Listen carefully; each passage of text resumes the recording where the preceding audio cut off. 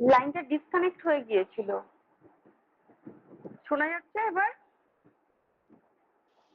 হ্যাঁ ম্যাম, শোনা যাচ্ছে। আচ্ছা আচ্ছা, একটু ডিসকানেক্ট হয়ে গিয়েছিল। ঠিক আছে, আমি শুরু করছি।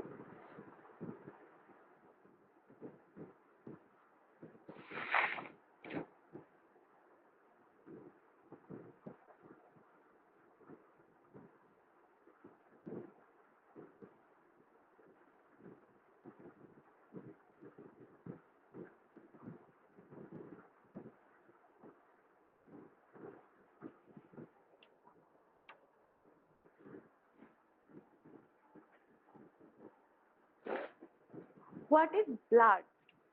Blood is a fluid connective tissue that consists of plasma, blood cell. তাহলে ব্লাড হচ্ছে একটা fluid connective tissue. Connective tissue কেন বলা হচ্ছে? যেটা একে অপরের সাথে কানেকশন তৈরি করেছে। অল ওভার বডির মধ্যে আমাদের টিস্যু টু টিস্যু, টিস্যু থেকে টিস্যুতে একটা কানেকশন তৈরি করে রেখেছে আমাদের ব্লাড।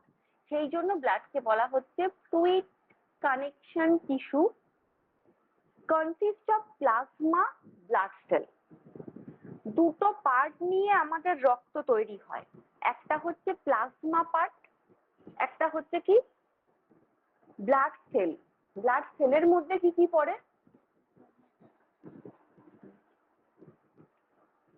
আরবিসি, ডব্লিউবিসি, প্লেটলেট, এই তিনটে হচ্ছে blood cell.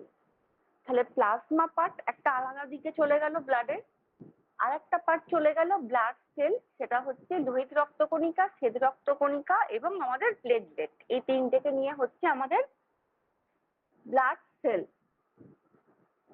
It makes up 80% our body weight and average adult 5 to 6 liter of blood.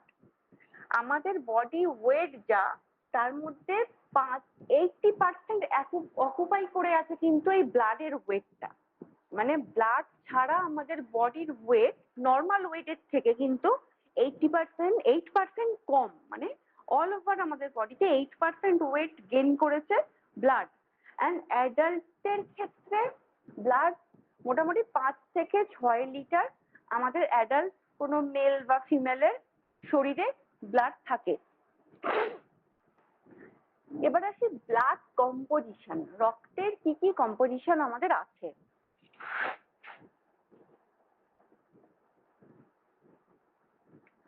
First হচ্ছে প্লাজমা, 55%। প্লাজমা কত? 55%। ব্লাড সেল কত পার্সেন্ট? 45%। মানে যতটা না রক্ত কণিকা আমাদের শরীরে আছে, তার থেকে বেশি পরিমাণ থাকে আমাদের রক্তে প্লাজমার পরিমাণ। 92% ওয়াটার, H2O মানে জল। মানে প্লাজমার কম্পোনেন্টের মধ্যে প্রায় 90 থেকে 92% হচ্ছে জল। আর সলিডের মধ্যে কি আছে? প্লাজমা প্রোটিন, যেমন অ্যালবুমিন, গ্লোবিউলিন, প্রোথ্রম্বিন, ফাইব্রিনোজেন, এগুলো হচ্ছে প্লাজমার কম্পোজিশন। নিউট্রিয়েন্ট বা পুষ্টির মধ্যে কি কি থাকছে? Glucose, amino acid, fatty acid, glycerol. Glycerol কোনটা? যেটা ফ্যাটকে ভাঙে, ফ্যাটকে ভেঙে যেটা হচ্ছে সেটা হচ্ছে গ্লিসারল। গ্যাসের সাবস্টেন্স থাকে কি? O2 আর CO2। এই দুটো মেইন কম্পোনেন্ট গ্যাসের ব্লাডের মধ্যে অলওয়েজ থাকে, অক্সিজেন এবং কার্বন ডাই অক্সাইড। আর কিছু ওয়েস্ট মেটেরিয়াল, কি urea, uric acid, ammonia, creatinine, এই ধরনের যে বর্জ্য বা ওয়েস্ট মেটেরিয়াল, সেগুলো থাকে আমাদের ব্লাডের মধ্যে, যেগুলোকে কিডনি এক্সক্রিট করে, কিডনি থেকে বার করে।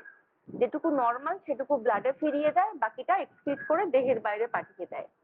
তাহলে এইগুলো হচ্ছে আমাদের প্লাজমার কম্পোজিশন। প্লাজমা কি কাজ করে আমাদের শরীরে? ফাংশন অফ প্লাজমা কি আছে?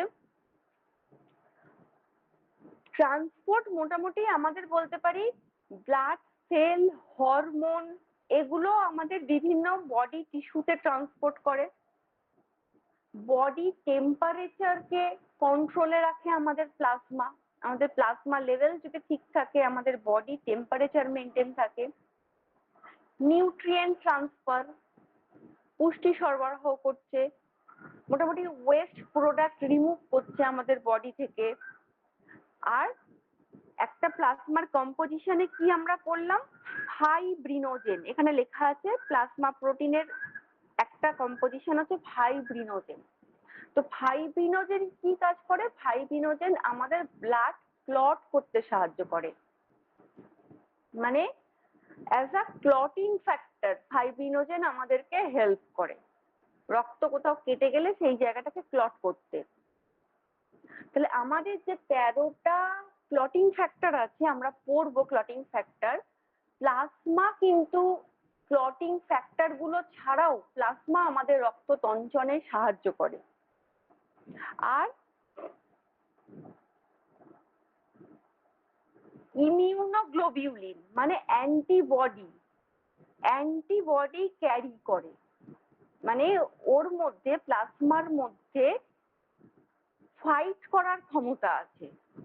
ওর মধ্যে এমন কিছু ইমিউনোগ্লোবিউলিন বা অ্যান্টিবডি থাকে যেগুলো রোগ ডিজিজ মানে ব্যাকটেরিয়া ভাইরাস এগুলোর এগেনস্টে ফাইট করতে আমাদেরকে সাহায্য করে। তাহলে এইগুলো হচ্ছে প্লাজমা। এটা একটা ব্লাডের একটা সাইডে গেল, একটা পার্ট পড়লো। ঠিক প্লাজমার মতোই ইম্পর্টেন্ট হচ্ছে রেড ব্লাড সেল মানে RBC, white blood cell WBC, আর থ্রম্বোসাইট মানে প্লেটলেট। এই তিনটেকে নিয়ে এবারে আমরা ডিটেলসে আলোচনা করব এবং এখান থেকে অনেক কিছু শেখার আছে, অনেক কিছু জানার আছে আমাদের। ফার্স্ট আমরা যেটা দিয়ে আগে শুরু করব, আমরা আরবিসি, তারপর ডব্লিউবিসি, প্লেটলেটস পরপর আমরা আসবো। তার আগে ফাংশন অফ ব্লাডটা একটু জেনে নিই, ব্লাডের ফাংশন কি বলছে। ফার্স্ট ফাংশন হচ্ছে ব্লাডের ফ্লুইড কানেকটিভ টিস্যু। প্রথমেই বলেছি এটা আমাদের শরীরের ফ্লুইডের মধ্যে যে টিস্যু আছে সেই টিস্যুর সাথে একটা কানেকশন তৈরি করে, সেই জন্য এটাকে বলা হচ্ছে ফ্লুইড কানেকটিভ টিস্যু। নাম্বার 2 হচ্ছে blood transports O2 from lung to different cell of the body. আমরা কি জানি, আমাদের শরীরের সমস্ত কার্বন ডাই অক্সাইড যুক্ত রক্ত কোথায় গিয়ে পৌঁছচ্ছে, আমাদের হার্টের ডান অলিন্দ বা রাইট অ্যাট্রিয়ামে। সেখান থেকে কোথায় যাচ্ছে, সেখান থেকে একটা চেম্বার ভালভ এগুলো ক্রস করে সে গিয়ে পৌঁছায় আমাদের লাংসের মধ্যে। লাংসের মধ্যে সেই ব্লাডটা অক্সিজেনেটেড হচ্ছে, হয়ে আবার কিছু অলিন্দ নিলয় এই পার্টগুলো ক্রস করে আর্চ অফ অ্যাওর্টা বা মহাধমনীর মধ্যে দিয়ে হার্টের আমাদের সারা শরীরে ছড়িয়ে পড়ছে। সেই মহাধমনী থেকে ব্লাড গুলোকে কে নিয়ে আসছে কিছু ব্রাঞ্চ আর্টারি, যেগুলো বিভিন্ন অর্গানে আমাদেরকে O2 জেনারেটেড ব্লাড সাপ্লাই করছে। তাহলে blood transports O2 from the lung থেকে O2 কে ট্রান্সপোর্ট করে নিয়ে আসছে to different cell of the body, শরীরের বিভিন্ন সেলেতে টিস্যুতে ছড়িয়ে দিচ্ছে। এবার বডি টিস্যুর মধ্যে ব্লাড গিয়ে পৌঁছানোর পর সে কিন্তু আর অক্সিজেনেটেড থাকছে না, তখন সে কার্বন ডাই অক্সাইডে রূপান্তর হয়ে যাচ্ছে, মানে CO2 generated blood. Transport West CO2 from the tissue to lung. তাহলে আবার তার কাজ কি হলো, এবার টিস্যুতে গিয়ে ওই O2 যুক্ত ব্লাডটা এবার CO2 তে রূপান্তর হলো। এই CO2 যুক্ত ব্লাডটাকে আবার আমাদের হার্টে কে ফেলিয়ে নিয়ে আসবে, নিচের বডির নিচের দিকের পার্ট থেকে নিয়ে আসবে ইনফিরিয়ার ভেনা কেভা, আর উপরের দিকের পার্ট থেকে নিয়ে আসবে সুপিরিয়ার ভেনা কেভা। দুটো মেন ভেন যেটা কানেক্ট করেছে আমাদের হার্টকে, এবার নিয়ে এসে জড়ো করবে হার্টে। হার্ট আবার সেটাকে ওই O2 যুক্ত ব্লাডটাকে লাংসে ফার্দার পাঠাবে, এই CO2 যুক্ত ব্লাডটাকে আবার ফার্দার পাঠাবে লাংসে O2 যুক্ত করার জন্য। তাহলে এবার দেখুন এই লাইনটার মানেটা বোঝা যায় কিনা, blood transports O2 from lung to different cell প্রথমে O2 যুক্ত ব্লাডকে লাংস থেকে নিয়ে এসে বিভিন্ন সেলেতে আমাদেরকে ছড়িয়ে দিল and transport waste CO2 from the tissue to the lung এবং ওয়েস্ট যে CO2 সেটাকে কি করলো টিস্যু থেকে আবার পুনরায় লাংসে পাঠিয়ে দিল। এই কাজটা কিন্তু ব্লাড আমাদের করছে কিছু আর্টারি এবং ভেনের দ্বারা। Number 3, transport hormone and nutrient. আমাদের কোষে কোষে বিভিন্ন নিউট্রিয়েন্ট ট্রান্সপোর্ট করছে। আমরা কেন নিউট্রিয়েন্ট ট্রান্সপোর্ট করছি, কিভাবে ট্রান্সপোর্ট করে ব্লাড? আমরা একটা কোনো ফুড ইনটেক করছি, সেখান থেকে আমাদের কাজটা কি হবে? সেই ফুডের কাজটা হবে ব্লাডের মধ্যে গিয়ে মেশা। ব্লাড কি করবে? সেটাকে অ্যাবসর্ব করাবে বডিকে। অ্যাবসর্ব করে সেখান থেকে কোনটাকে টেনে বার করবে? নিউট্রিয়েন্টটাকে। কারণ পুরো ওই ফুডটা তো আমাদের বডিতে কোনো ডাইরেক্টলি কাজ করছে না, সেটার অ্যাবসর্বেশন যতক্ষণ না হচ্ছে সেটা কিন্তু কোনোভাবে বডিতে ফাংশন করতে পারবে না। তাহলে ব্লাডের কাজ কি হবে? Transport hormone and nutrient to different part of the body. খাবার থেকে নিউট্রিয়েন্টের সত্তাটা অ্যাবসর্ব করে নিয়ে বিভিন্ন বডিতে আমাদের ট্রান্সপোর্ট করে দিল। যেমন কিছু example, glucose, vitamin, minerals, amino acid, যেগুলো নর্মালি আমরা ব্লাডের মধ্যে পাই আমাদের বডিকে নিউট্রিয়েন্ট দেওয়ার জন্য। 4 নম্বর কাজ কি ব্লাডের? হোমোস্ট্যাসিস।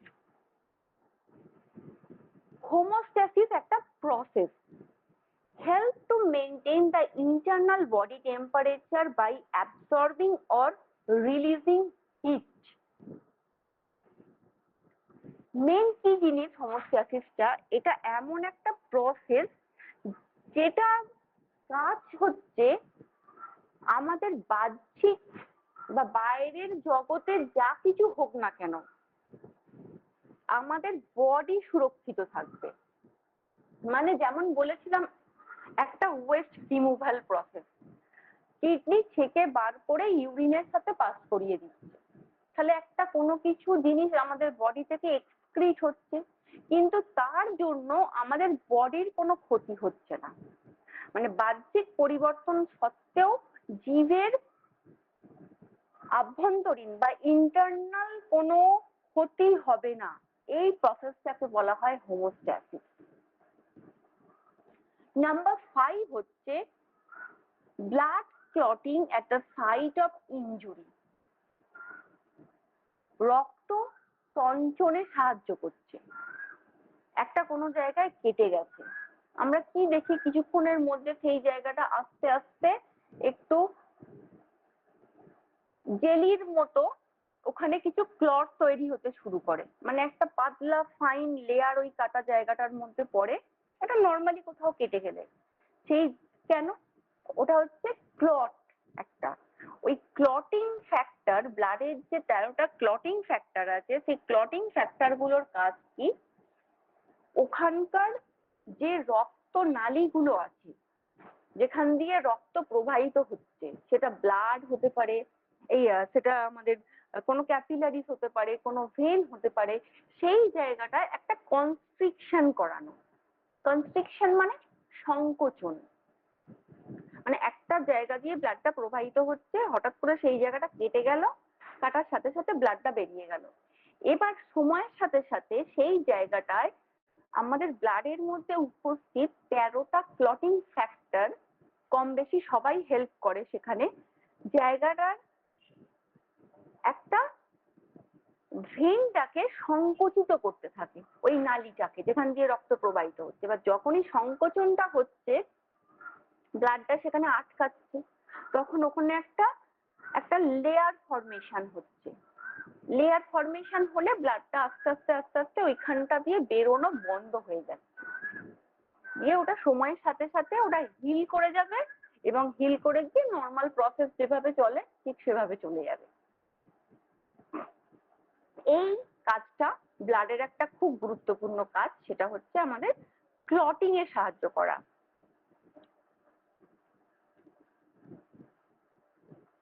এই কাজটা কে করে? প্লেটলেট। আমাদের যে তিনটে কণিকা পড়লাম, রোহিত রক্তকণিকা, শ্বেত রক্তকণিকা এবং প্লেটলেট, তিনটে নাম আমরা জানলাম। তার মধ্যে এই প্লেটলেট হচ্ছে আমাদের রক্ত তঞ্চনেতে সাহায্য করে at the site of injury. Transports waste to the kidney and liver. একটা তো কিডনির প্রসেস আমরা অলরেডি জানি, কিডনি থেকে মানে কিডনি ব্লাডকে ছেঁকে একদম পরিশুদ্ধ করে দেবে, করে বাইরে বার করে দেবে ওয়েস্ট গুলোকে। আর লিভারও ঠিক সিমিলারলি ওই 5টা এক্সক্রিশন প্রসেস আমরা জেনেছিলাম, আমাদের স্কিন, লিভার, আমাদের কিডনি। তো 5টার মধ্যে লিভারও একটা পার্ট ছিল। এই লিভারের থেকে কি সিক্রেট হয়? বাইল সিক্রেট হয়, পিত্তরস। সেই পিত্তরস কিন্তু আমাদের স্মল ইন্টেস্টাইন, লার্জ ইন্টেস্টাইন এই পার্টগুলোকে ক্রস করে সে পৌঁছে যাবে আমাদের রেকটাম, মানে যেখানে গিয়ে আমাদের স্টুলটা অ্যাকুমুলেট হয়ে থাকে, জমা হয়ে থাকে, দিয়ে অ্যানাসের মধ্যে দিয়ে বেরিয়ে যায় দেহের বাইরে। তাহলে transport West two kidney and liver. Liver থেকেও ব্লাড এই কাজটা করছে, কারণ বাইলটা তো সিক্রেট হচ্ছে উইথ ব্লাডের সাথে। ব্লাড তো অল ওভার বডিতে আমাদের ছড়িয়ে আছে, সমস্ত অর্গানের মধ্যে ছড়িয়ে আছে। 7 নম্বর কাজ কি? Protection of the body against pathogen. আমাদের বডির যে যে পার্টের মধ্যে ডব্লিউবিসি আছে, সেই পার্ট আমাদের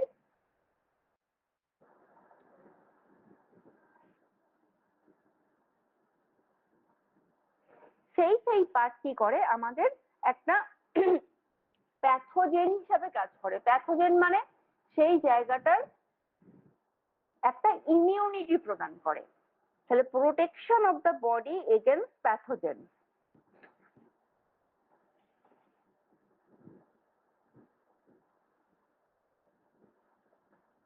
তাহলে এই গেল আমাদের ব্লাডের ফাংশন এবং ব্লাডের কম্পোজিশন। এবার আমরা যে জিনিসটা আলোচনা করব সেটা হচ্ছে আরবিসি, লোহিত রক্তকণিকা বা এরিথ্রোসাইট।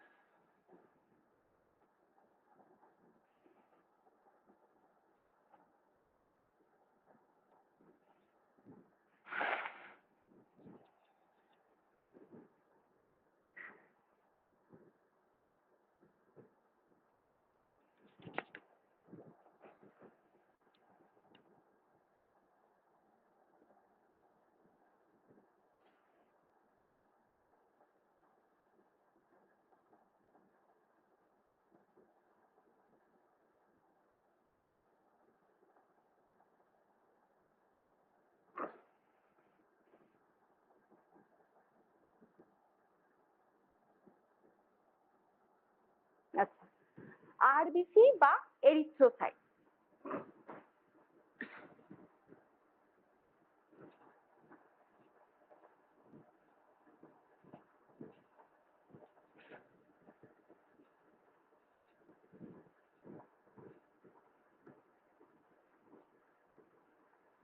আরবিসির কয়েকটা নাম, একটা তো আমরা আরবিসি বলে সবাই জানি, লোহিত রক্তকণিকা। আর একটা নাম হচ্ছে এরিথ্রোসাইট, এটা একটা মেডিকেল নাম। আর একটা হচ্ছে রেড ব্লাড কর্পাসেল। তিনটেই কিন্তু same. RBC do not contain nucleus, mitochondria, ribosome. আরবিসির মধ্যে নিউক্লিয়াস, মাইটোকন্ড্রিয়া, রাইবোসোম এই ধরনের কোনো কম্পোনেন্টস আমাদের থাকে না, সেল কম্পোনেন্টস থাকে না। RBC contains pigment hemoglobin. RBC can easily pass through the narrow capillaries because of the biconcave cell and flexibility. RBC শেপটা হচ্ছে খানিকটা এই ধরনের। আমাদের রক্তের মধ্যে যে আরবিসি উপস্থিত তার শেপ হচ্ছে খানিকটা এই ধরনের। এগুলোকে বলা হয় এই যে বাইকনকেভ সেল, মানে এইটাকে, এই শেপটাকে বলা হয় বাইকনকেভ সেল। আর একটা হয় রাউন্ড সেল। তো আরবিসির স্ট্রাকচারটা এমনই, একদম ছোট থেকে ছোট ক্যাপিলারিজ এর মধ্যে দিয়েও এটা পাস করতে পারে। ক্যাপিলারিস কাকে বলে? একটা আর্টারি তার এন্ড পোর্শন থেকে ছোট ছোট জালকের মতো কিছু স্ট্রাকচার বা গঠন বেরোয়, যেটা ব্লাডকে আর্টারি থেকে টিস্যুতে পৌঁছতে সাহায্য করে। আর্টারি তো ভেনের থেকে মোটা, ডাইরেক্টলি আর্টারি কোনো ব্লাডকে টিস্যুর মধ্যে পৌঁছে দিতে পারে না। কার সাহায্য লাগে? ক্যাপিলারির সাহায্য লাগে। সেই ক্যাপিলারি কি করে? ওই ছোট ছোট জালকের মতো জিনিসগুলো ব্লাডকে টিস্যুর মধ্যে পৌঁছে দেয়। এবার ব্লাড পৌঁছানো মানে ব্লাডের মধ্যে যে কম্পোনেন্টস গুলো আছে সমস্ত কিছু সেই ব্লাডের সাথে সাথে পাস করবে। তাহলে সূক্ষ্ম থেকে সূক্ষাতি সূক্ষ্ম ওই পার্টস গুলোর মধ্যে দিয়ে আরবিসি পাস করতে পারে, কারণ আরবিসির স্ট্রাকচারের জন্য যে কোনো পার্ট দিয়ে সেটা চলে যেতে পারে। এইরকম দেখতে হয়।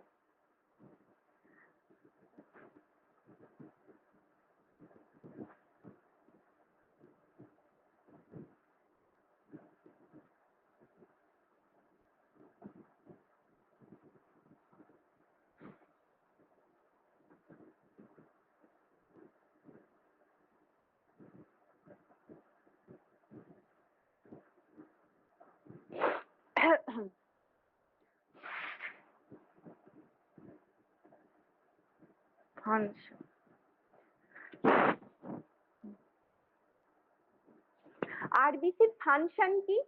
Transport of O2 from lung to the tissue.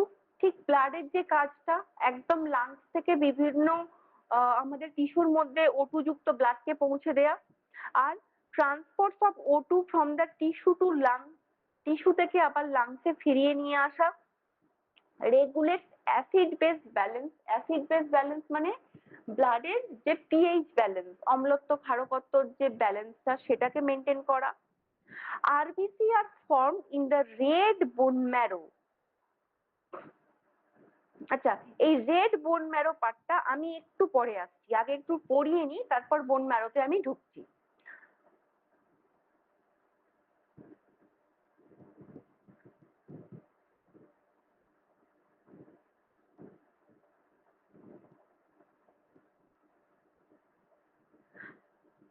আমরা মেন যে পার্টটাকে নিয়ে আলোচনা করব সেটা হচ্ছে হিমোগ্লোবিন।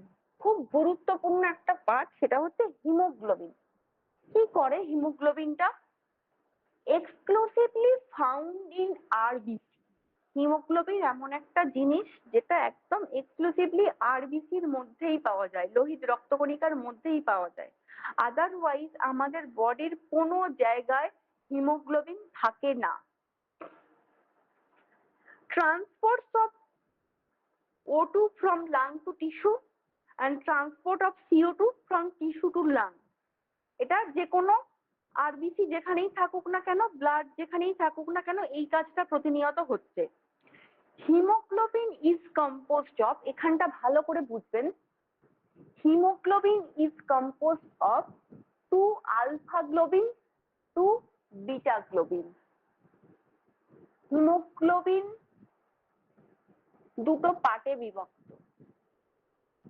দুটো আলফা চেন থাকে হিমোগ্লোবিনের মধ্যে, আর কি থাকে? দুটো বিটা চেন থাকে, আলফা 1 আলফা 2, বিটা 1 বিটা 2। কিসের মধ্যে থাকে? হিমোগ্লোবিনের মধ্যে থাকে। হিমোগ্লোবিন কিসের পার্ট? হিমোগ্লোবিন আরবিসির পার্ট। এইটুকু কনসেপশন আগে ক্লিয়ার করে নিন, তারপর আমি আরো এগোচ্ছি। আরবিসির মধ্যে হিমোগ্লোবিন উপস্থিত, হিমোগ্লোবিনের মধ্যে দুটো আলফা চেন আছে, দুটো বিটা চেন আছে। এটা হচ্ছে একদম নরমাল, একটা নরমাল মানুষের যেটা থাকে। এর অন্যতা হলে কিন্তু সেটা অ্যাবনর্মাল। সেখান থেকেই যত প্যাথোলজিক্যাল কন্ডিশন, যত ডিজিজ কন্ডিশন আমাদের ডেভেলপ করে। Varieties type of anaemia, sickle cell anaemia, thalassaemia, সব আসবো আমি এগুলো পার্ট বাই পার্ট। এই সমস্ত কিছুর গন্ডগোল হয় শুধুমাত্র এই আলফা চেন এবং বিটা চেনের অ্যাবনর্মালিটিস এর জন্য। দুটো চেইন যদি স্বাভাবিক নিয়মে থাকে, দুটো আলফা চেইন থাকে এবং দুটো বিটা চেইন থাকে হিমোগ্লোবিনের মধ্যে, তাহলে কোনো সমস্যা হবে না। তাহলে 4 হিম মলিকিউল, 4টে চেইন নিয়ে হিমোগ্লোবিন কাজ করছে normally. Alpha chain contain 141 amino acid, প্রায় 141টা অ্যামাইনো অ্যাসিড থাকে আলফা চেনের মধ্যে। বিটা চেনের মধ্যে থাকে 146 অ্যামাইনো অ্যাসিড, বিটা চেনের মধ্যে থাকে প্রায় 146টা অ্যামাইনো অ্যাসিড। তাহলে আলফা চেনে 141টা অ্যামাইনো অ্যাসিড আর বিটা চেনে হচ্ছে 146টা amino acid. Our hemoglobin molecule is composed of 4 protein chain, 2 alpha chain, 2 beta chain, each with a ring-like heme group containing an iron atom. Haemoglobin, আমি একটা জিনিস বলে দিচ্ছি, একটু নোট করে রাখুন। হিমোগ্লোবিন, হিমোগ্লোবিনের দুটো পার্ট নোট করবেন, একটা হচ্ছে হিম পার্ট, একটা হচ্ছে গ্লোবিন পার্ট। HEAM, হিম দিয়ে একটা হাইফেন দিন, and globin, GLOBIN, globin. Haem part এবং গ্লোবিন পার্ট এই দুটোর আলাদা আলাদা মানে আছে। এই দুটো পার্টকে একত্রে নিয়ে আমাদের হিমোগ্লোবিন তৈরি হয়েছে। হিম পার্ট মানে হচ্ছে আমাদের যেটা আয়রন পার্ট। হিম মানে হচ্ছে প্লাসে লিখে রাখুন আয়রন, IRON, আয়রন মানে আমরা যেটাকে বলছি মেনলি আমাদের ফেরাস, লোহা যেটা। তাহলে আয়রন পার্টটা হচ্ছে আমাদের হিম প্লাস, আর গ্লোবিন পার্টটা হচ্ছে প্রোটিন পার্ট। তাহলে আয়রন আর প্রোটিন এই দুটোকে নিয়ে একত্রে তৈরি হয়েছে হিমোগ্লোবিন, হিম অ্যান্ড গ্লোবিন। এই আয়রন পার্টটা আমাদের হিমোগ্লোবিনের মধ্যে একটা আলাদাভাবে কাজ করে এবং প্রোটিন পার্টটা একটা আলাদাভাবে কাজ করে। এই দুটো পার্টকে নিয়ে একত্রে তৈরি হয়েছে হিমোগ্লোবিন। তাহলে 4, এটা কি নোট করলেন সবাই? একটু রেসপন্স করুন। হ্যাঁ করেছি। হ্যাঁ ম্যাম করেছি। আচ্ছা, ঠিক আছে। 1 hemoglobin molecule, দুটো আলফা চেন, দুটো beta chain. So there are 4 iron molecule. The O2 bind iron molecule, each hemoglobin is capable to carrying 4 O2 molecules, মানে 4টে চেন ক্যারি করতে সক্ষম normally haemoglobin. Function of haemoglobin, first হচ্ছে কি O2 career. O2 career মানে অক্সিজেনকে carry করছে, যেটা বললাম আমাদের লাংস থেকে আমাদের টিস্যু পর্যন্ত অক্সিজেনেটেড ব্লাড নিয়ে আসছে। ঠিক তার অপোজিটটা আবার লিখবো CO2 ক্যারিয়ার, মানে ব্যাক করছে, কোথা থেকে ব্যাক করছে, টিস্যু থেকে আবার লাংসে ব্যাক করছে। তাহলে O2 ক্যারিয়ার, CO2 ক্যারিয়ার। আর give the red color of the blood, আমাদের হিমোগ্লোবিন থাকার জন্য আমাদের রক্তের রং লাল হয়। যেমন রক্তের রং নীল হয় হিমোথায়ানিন থাকার জন্য। যেমন আমরা চিংড়ি মাছকে কি দেখি, চিংড়ি মাছের রক্ত হচ্ছে ব্লুইশ, নীলাভ। কেন? চিংড়ির রক্তে হিমোগ্লোবিন থাকে না, কি থাকে? হিমোথায়ানিন থাকে। তাহলে যে প্রাণীর রক্তে any kind of living organism, মানুষ তো বটেই, এটা ছাড়াও যে কোনো ধরনের লিভিং অর্গানিজম যাদের রক্তে হিমোগ্লোবিন আছে তাদের রক্তের রং লাল। Maintain the shape of the RBC, আরবিসির শেপটাকে মেনটেন করছে। Act as a buffer, buffer মানে হচ্ছে পিএইচ রেগুলেশন, মানে অ্যাসিডিক না সেটা আমাদের অ্যালকালাইন, এই পার্টটা দেখছে। এটা হচ্ছে হিমোগ্লোবিন ফাংশন। এবার আসবো আমরা নর্মাল হিমোগ্লোবিন লেভেল। মেলের ক্ষেত্রে নর্মাল হিমোগ্লোবিন লেভেল হচ্ছে আমাদের প্রায় 14 to 18 ml per gm per dl, gram per DL মানে হচ্ছে decilitre. DL stands for decilitre. মেলের ক্ষেত্রে 14 থেকে 18 একটা অ্যাভারেজ। এবার কোনো কোনো বইয়ে যদি 18 জায়গায় 17 লেখা থাকে বা 14 জায়গায় 12 লেখা থাকে, সেটা অ্যাবনর্মাল কিছু নয়, মোটামুটি একটা অ্যাভারেজ 14 থেকে 18। ফিমেল হচ্ছে 12 থেকে 16, একটু কম থাকে। আর নিউ বর্নের ক্ষেত্রে কিন্তু মোটামুটি একটু বেশি থাকে হিমোগ্লোবিন, আমাদের মোটামুটি 17-18 এরকম কিন্তু নিউ বর্নে থাকে, মানে সদ্যজাত বাচ্চার। When the hemoglobin level is low, the patient anemia.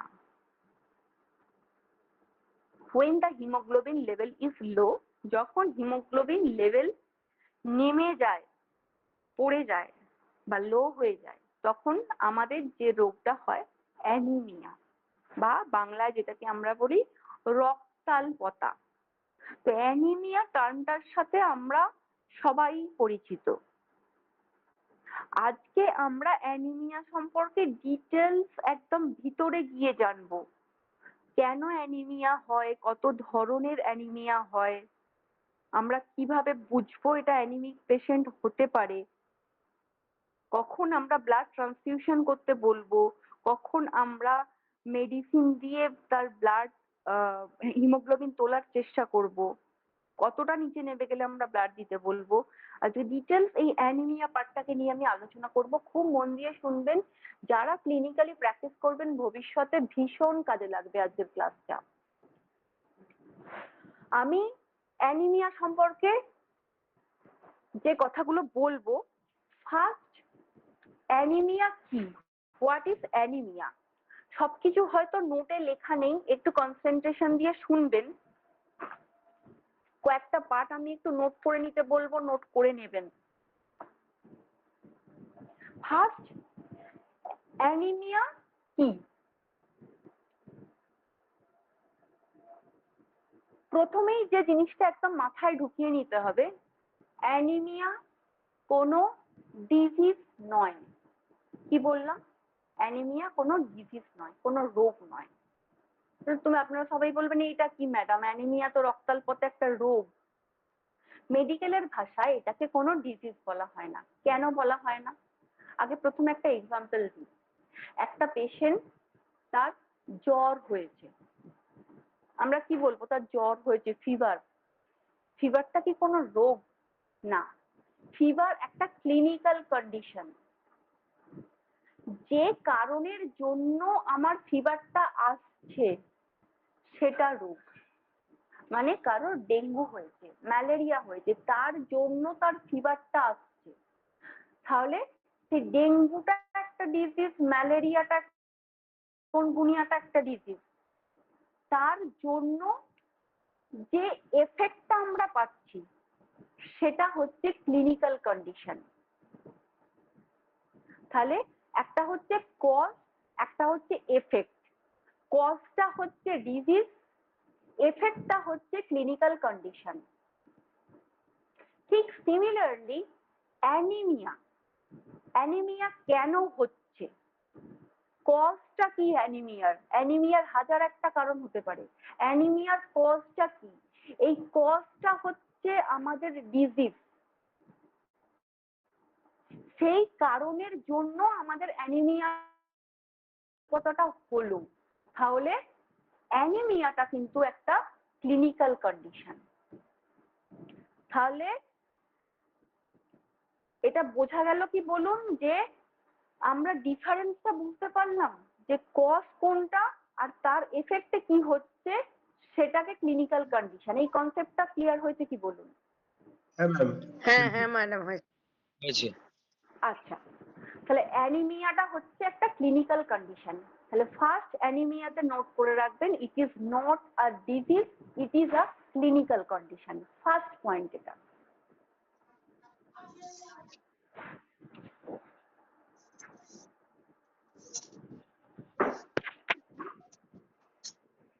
এবার আসবো অ্যানিমিয়ায় ঢোকার আগে অ্যানিমিয়ার ডেফিনেশন।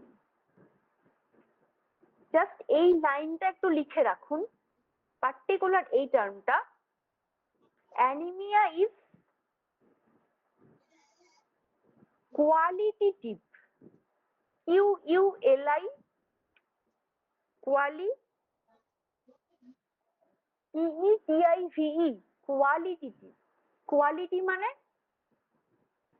তার কার্যগত, বা বাংলায় লিখে রাখতে পারেন কার্যগত। একটা জিনিসের কোয়ালিটি কি, আমরা বলি না এই জিনিসটার কোয়ালিটি ভালো, তো তাহলে কোয়ালিটেটিভ কার্যগত, অ্যান্ড কোয়ান্টিটেটিভ, QUENTATIVE, কোয়ান্টিটেটিভ মানে পরিমাণগত, reduction of RBC or haemoglobin. তাহলে আমি আরেকবার লাইনটা রিপিট করছি, anaemia is qualitative and quantitative reduction, reduction মানে কোনো কিছু কমে যাওয়া, of RBC or haemoglobin or both. আরবিসিও কমতে পারে, হিমোগ্লোবিনও কমতে পারে, অথবা দুটো একসাথেও কমতে পারে। আরবিসি ধ্বংস হতে পারে, আরবিসি ধ্বংস হওয়া মানে আরবিসির মধ্যে হিমোগ্লোবিন আছে সেটাও ধ্বংস হওয়া। আবার এমনও হতে পারে যে আরবিসিটা আছে তার মধ্যে শুধু হিমোগ্লোবিন পার্টটাই ধ্বংস হচ্ছে, দুটোই হতে পারে। তাহলে reduction of RBC or haemoglobin or both, এই টার্মটা মেডিকেলের ডেফিনেশনে বলা হয় অ্যানিমিয়াকে। তাহলে anaemia is a clinical condition and qualitative and quantitative reduction of RBC or hemoglobin and both. আমি মানেগুলো ভেঙে বলে দিলাম। এটা যে কোনো মেলের ক্ষেত্রেও হতে পারে, ফিমেলের ক্ষেত্রেও হতে পারে, এবং বোথ হতে পারে, যে কোনো জেন্ডারের ক্ষেত্রেই এটা হতে পারে।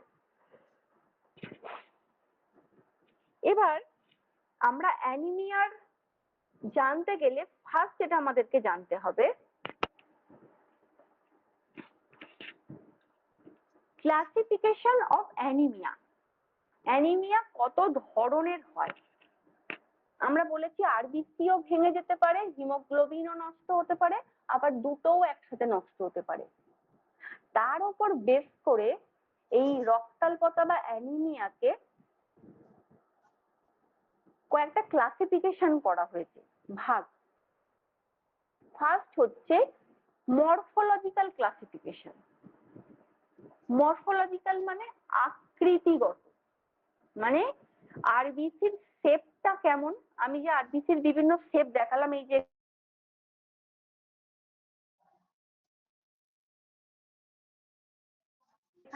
শেপ বা আকৃতি কেমন, তার উপর বেস করে যে ক্লাসিফিকেশনটা করা হয় অ্যানিমিয়ার, সেটাকে বলা হয় মরফোলজিক্যাল ক্লাসিফিকেশন। আর একটা ক্লাসিফিকেশন করা হয় কি, ইটিওলজিক্যাল ক্লাসিফিকেশন। ইটিওলজিক্যাল মানে কারণগত, একটা আকৃতিগত ভাবে, একটা কারণগত ভাবে।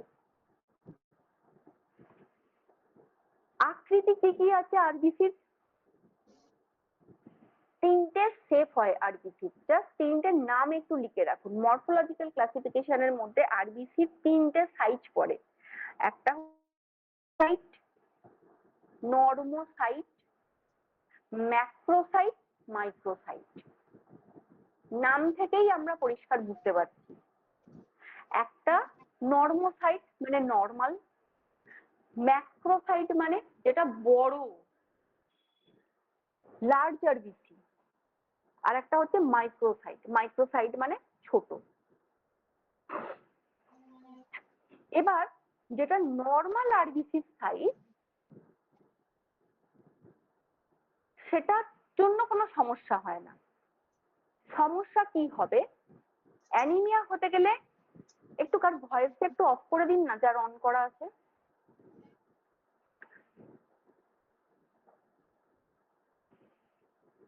আচ্ছা, এবার আরবিসি কে ভাঙতে গেলে দুটো অ্যাবনর্মাল সাইজের নাম আমরা বললাম, নর্মালটা তো কোনো সমস্যা নেই, অ্যাবনর্মাল কোনটা? Macrocytic and microcytic. ম্যাক্রোসাইটিক কি? ম্যাক্রো মানে বড়, বড় মানে সবসময় আমরা মনে রাখবো ইম্যাচিওর আরবিসি। ইম্যাচিওর মানে যে আরবিসিটা এখনো ম্যাচিওর করেনি, সাইজে বৃদ্ধি পেয়ে গেছে কিন্তু আরবিসিটার মধ্যে ম্যাচিউরিটি নেই, ইম্যাচিওর, সেইটা হচ্ছে ম্যাক্রোসাইট। তাহলে ইম্যাচিওর আরবিসি সব সময় কি হবে? ব্লাস্ট করবে। ব্লাস্ট করবে মানে ফেটে যাবে, নষ্ট হবে। তাহলে আরবিসি সাইজ যদি ম্যাক্রোসাইটিক হয়, সেই আরবিসি ইম্যাচিওর আরবিসি হবে, এবং ইম্যাচিওর আরবিসি অলওয়েজ ম্যাক্রো, বেড়ে গিয়ে ফেটে যাবে। একটা বেলুন, বেলুনের মধ্যে প্রচুর হাওয়া ভরা হয়েছে, কি হবে? সেটা ফেটে যাবে। তাহলে অ্যাবনর্মালি লার্জার কোনো জিনিস কিন্তু এক্সিস্ট করবে না, আলটিমেটলি সেটা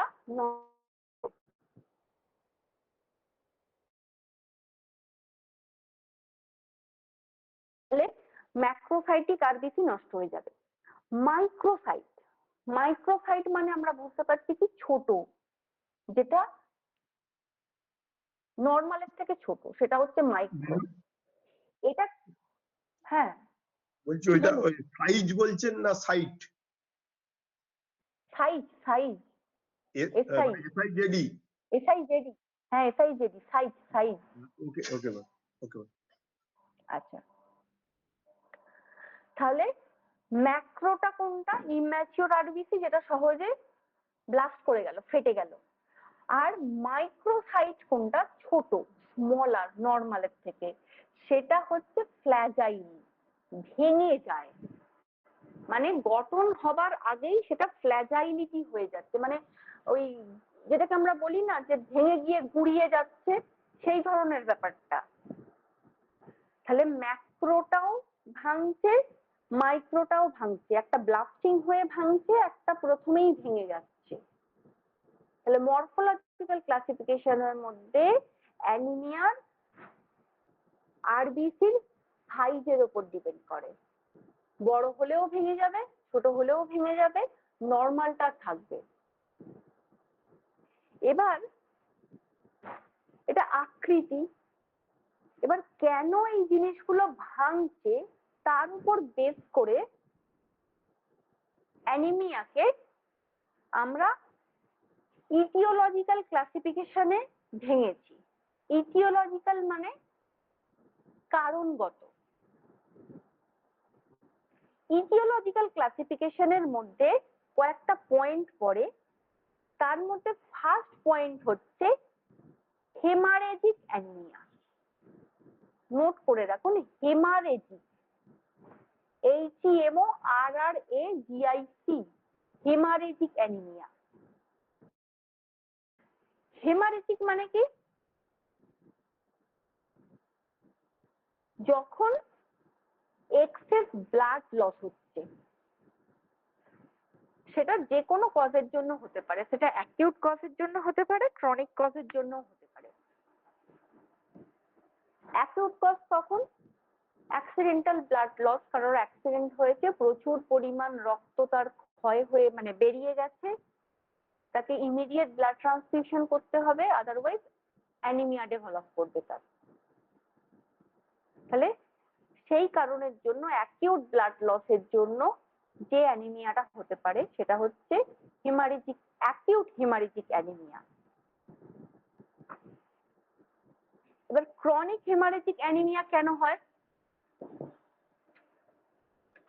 আচ্ছা, অ্যাকিউট হেমারেজিক অ্যানিমিয়ার সাথে আরেকটা রিলেটেড জিনিস বলে রাখি, সেটা হচ্ছে কারোর যদি অ্যাকিউট ব্লাড লস হয়, অ্যাক্সিডেন্ট হয়েছে, তার ব্লাড লস হচ্ছে, তাকে সাথে সাথে যদি ব্লাড বন্ধ না করা হয়, যদি ব্লাড লস হতেই থাকে, তাহলে আমরা কি জানি যে ব্লাড আমাদের অল ওভার অর্গানেতে সার্কুলেট হচ্ছে।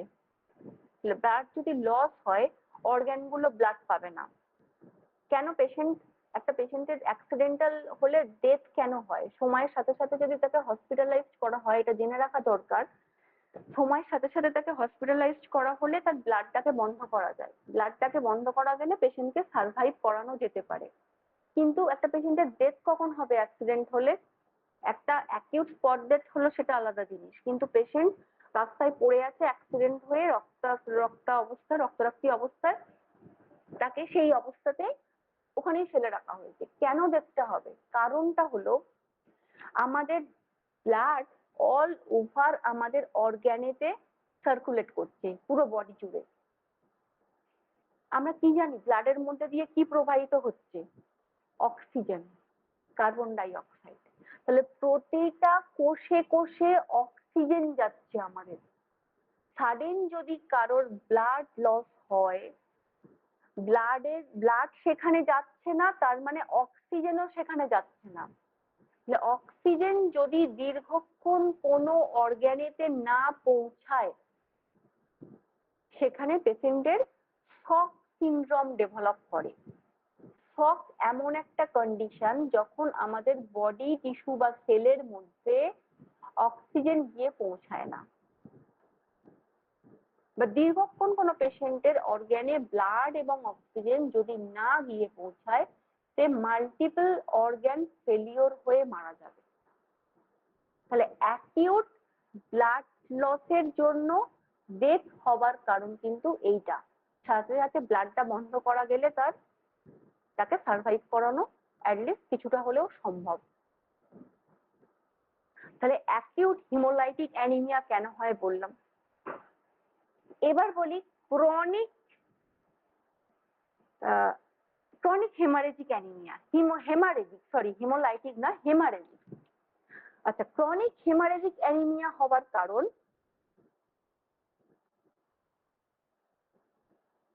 বিভিন্ন ডিজিজ মানে একটা পেশেন্টের ধরা যাক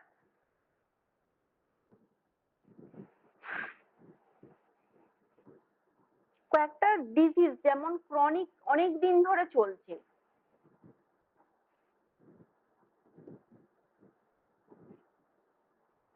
যেমন তার ধরুন এপিস্ট্যাক্সিস হচ্ছে, আমি একটা উদাহরণ দিচ্ছি, কোনো পেশেন্টের নাক থেকে রক্ত পড়ছে, বা এমন হচ্ছে তার হেমাচুরিয়া হচ্ছে, মানে তার ইউরিনের সাথে ব্লাড পাস হচ্ছে, বা কি হচ্ছে হিমোপ্টাসিস মানে তার কাফের সাথে ব্লাড আসছে, যেটা টিবির ক্ষেত্রে, টিউবারকুলোসিসের ক্ষেত্রে খুব কমন। তাহলে এমন একটা কোনো ডিজিজ বা প্যাথোলজিক্যাল কন্ডিশন তার বডিতে ডেভেলপ করেছে, তার জন্য তার দীর্ঘদিন ধরে বিভিন্ন পার্টস এর সাথে ব্লাড সিক্রেশন হচ্ছে এবং সেটার কোনো ট্রিটমেন্ট করা হচ্ছে না। তাহলে কি হবে? ক্রমাগত তার শরীর থেকে ব্লাড লস হতে থাকবে। তখন যেটা হয় সেটা হচ্ছে ক্রনিক হেমারেজিক অ্যানিমিয়া।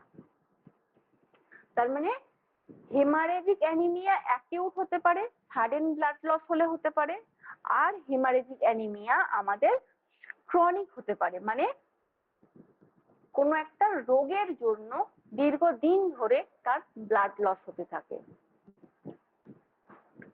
ইভেন মেনস্ট্রুরাল সমস্যার ক্ষেত্রেও কিন্তু যাদের এক্সেসিভ ব্লিডিং হয়, মেনোরেজিয়া যেটাকে আমরা মেডিকেল টার্মে বলি, মেনোরেজিয়ার ক্ষেত্রেও কিন্তু এই ধরনের অ্যানিমিয়া ডেভেলপ করতে পারে। ইন কেস অফ ফিমেল, দীর্ঘদিন ধরে যদি সেটা আনট্রিটেড অবস্থায় থাকে এবং প্রত্যেক মাসেই তার মান্থে দুবার করে তার পিরিয়ড হচ্ছে, কিন্তু তার এক্সেস ব্লাড লস হচ্ছে, সেক্ষেত্রেও কিন্তু যদি আনট্রিটেড অবস্থায় থাকে অ্যানিমিয়া ডেভেলপ করতে পারে।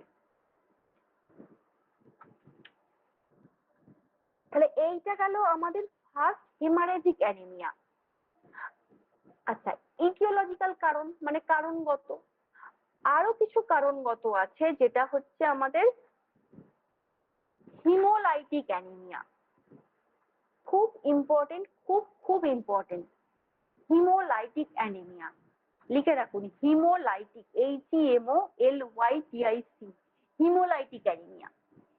তো হিমোলাইটিক অ্যানিমিয়া মানে হচ্ছে ডিস্ট্রাকশন অফ আরবিসি, ফার্স্ট এই কথাটা থাকবে, নোট করুন, ডিস্ট্রাকশন অফ আরবিসি, আরবিসি ধ্বংস হবে, ডিস্ট্রাক্টেড হবে।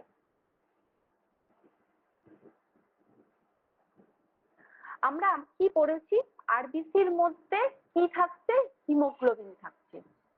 হিমোগ্লোবিনের মধ্যে কি থাকে, আলফা চেন দুটো, বিটা চেন দুটো। সেই দুটো চেনের অ্যাবনর্মালিটিস যদি থাকে তাহলে হিমোগ্লোবিন নেমে যাবে। হিমোগ্লোবিন নেমে গেলে কি হবে, হিমোগ্লোবিন ডিস্ট্রাক্টেড হলে আরবিসিও আস্তে আস্তে নষ্ট হতে থাকবে। তাহলে ডিস্ট্রাকশন অফ আরবিসি, তার জন্য যেটা হয় আমাদের হিমোলাইটিক অ্যানিমিয়া। তো হিমোলাইটিক অ্যানিমিয়াও আবার দুটো টাইপ, একটা মোটামুটি অ্যাকিউট টাইপ বা যেটাকে অ্যাকুয়ার্ড বলা হচ্ছে, অ্যাকিউট টাইপ, এটা সহজভাবে মনে রাখার জন্য বলছি, লিখে রাখুন অ্যাকিউট টাইপ। যেমন আমাদের লিভার ফেলিওর, কোনো একটা রেনাল ডিজিজ, কিডনি ডিজিজ, আমাদের টাইফয়েড, এই ধরনের জিনিসগুলোতে যে ধরনের অ্যানিমিয়া হয় সেটা হচ্ছে হিমোলাইটিক অ্যানিমিয়া, মানে আরবিসি ভেঙে যাচ্ছে। কেন আরবিসি ভেঙে যাচ্ছে, ধরুন লিভার, লিভার ফেলিওরে কি হয়, লিভার কি সেল নিয়ে গঠিত, আমাদের হেপাটিক সেল নিয়ে। হেপাটিক সেলের মধ্যে কি আছে, আরবিসি কম্পোনেন্ট আছে, আরবিসি তো সমস্ত জায়গায় আছে।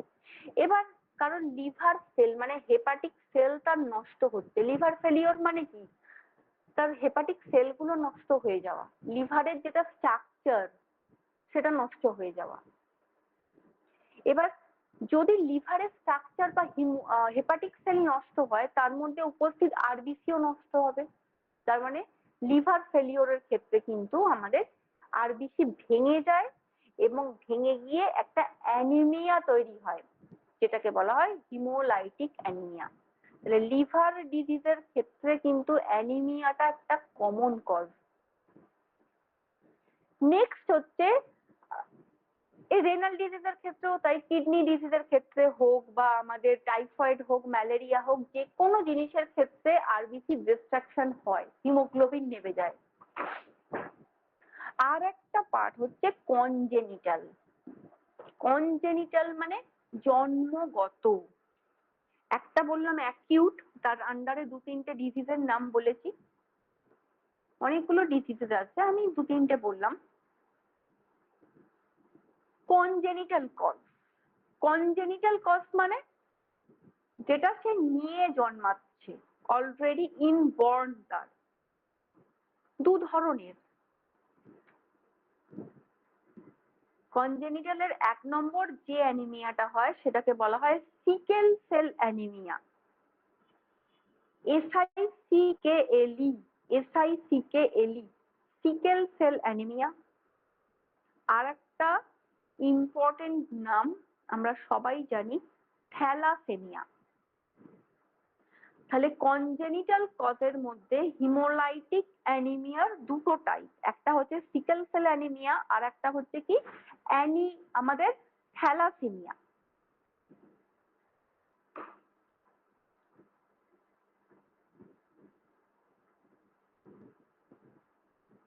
এই দুটো জিনিসই হয় ওই আলফা চেন আর বিটা চেনের অ্যাবনর্মালিটিসের জন্য। আলফা চেন এবং বিটা চেনের অ্যাবনর্মালিটিসের জন্য আমাদের এই সিকেল সেল অ্যানিমিয়া এবং থ্যালাসেমিয়া ডেভেলপ করে। আমরা এইগুলো সম্পর্কে একটু বেসিক জেনে রাখি, কারণ আমাদের আশপাশে তো আমরা প্রচুর শুনতে পাই থ্যালাসেমিয়া পেশেন্ট, তাকে ব্লাড ট্রান্সফিউশন করা হচ্ছে। আমি আসবো আমাদের ব্লাড কত নেমে গেলে, আমাদের হিমোগ্লোবিন কতটা নামলে আমাদের ব্লাড দেওয়া উচিত, কখন আমরা পেশেন্টকে ব্লাড দেওয়ার জন্য সাজেস্ট করব, সব আমি বলবো। ফার্স্ট, সিকেল সেল অ্যানিমিয়াটা কি জিনিস, তাহলে দুটো জিনিস অলরেডি আমাদের মাথায় আছে, সেটা হচ্ছে হিমোগ্লোবিনের মধ্যে কি বসে আছে, দুটো আলফা চেন বসে আছে, দুটো বিটা চেন বসে আছে। তাহলে এর উন্নতা হলে বা এর অ্যাবনর্মালিটিস হলে তখন কিন্তু আমাদের অ্যানিমিয়া ডেভেলপ করবে। তাহলে সিকেল সেলটা কি জন্য হচ্ছে? Abnormal haemoglobin content. কি ধরনের অ্যাবনর্মাল কন্টেন্ট? সিকেল সেলের ক্ষেত্রে কি হয়, আলফা চেন নর্মাল থাকে, মানে দুটো আলফা চেন নর্মাল থাকে, বাট বিটা চেন অ্যাবনর্মাল। তাহলে কি বললাম, alpha chain normal, beta chain abnormal. এই বিটা চেন অ্যাবনর্মাল থাকার জন্য আরবিসি ফ্র্যাজাইল হয়। ফ্র্যাজাইল মানে ভেঙে যায়। তাহলে দুটো চেনের গন্ডগোল, একটা আলফা নর্মাল, বিটা অ্যাবনর্মাল, তার জন্য আরবিসিটা বারবার ভেঙে যাচ্ছে, মানে হিমোগ্লোবিনটা বারবার ভেঙে যাচ্ছে। তাহলে হিমোগ্লোবিন ব্রেক করছে, তার মানে আরবিসি ধ্বংস হচ্ছে। আরবিসি ধ্বংস হয়ে অ্যানিমিয়া ডেভেলপ করছে। এই কন্ডিশনটা একটা বাচ্চায় ইনবর্ন নিয়ে জন্মায়, তার প্যাটার্নাল অর ম্যাটার্নাল সাইড থেকে, কনজেনিটাল। এই কন্ডিশনটা হচ্ছে সিকেল সেল অ্যানিমিয়া। বাচ্চাকে বারবার ব্লাড ট্রান্সফিউশন করতে হয়। এবার একটু বলি যে কখন আমরা ব্লাড দেব। আমরা নর্মাল ব্লাড কি জানি, মেলের ক্ষেত্রে 14 থেকে 18, ফিমেলের ক্ষেত্রে 12 থেকে 16, একটা অ্যাভারেজ। আমরা কি তার নিচে নামলেই পেশেন্টকে ব্লাড দেওয়ার জন্য সাজেস্ট করব? না। মোটামুটি ভাবে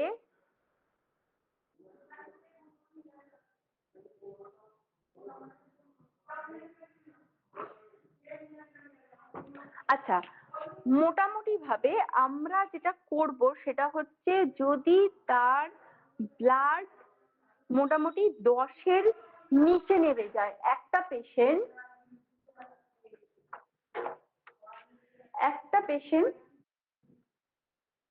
ক্লিনিকে এসছে, এসে তার হিমোগ্লোবিন, তার লেভেল দেখা যাচ্ছে মোটামুটি 10-এর নিচে, আমরা পেশেন্টকে কি করব, দেখবো যে নর্মাল হিমোগ্লোবিনের থেকে একটু হিমোগ্লোবিন তার নেমেছে, তখন আমরা তাকে মেডিসিন দেবো, খাওয়া সাজেস্ট করব, ম্যানেজমেন্ট দেব, এগুলো করব।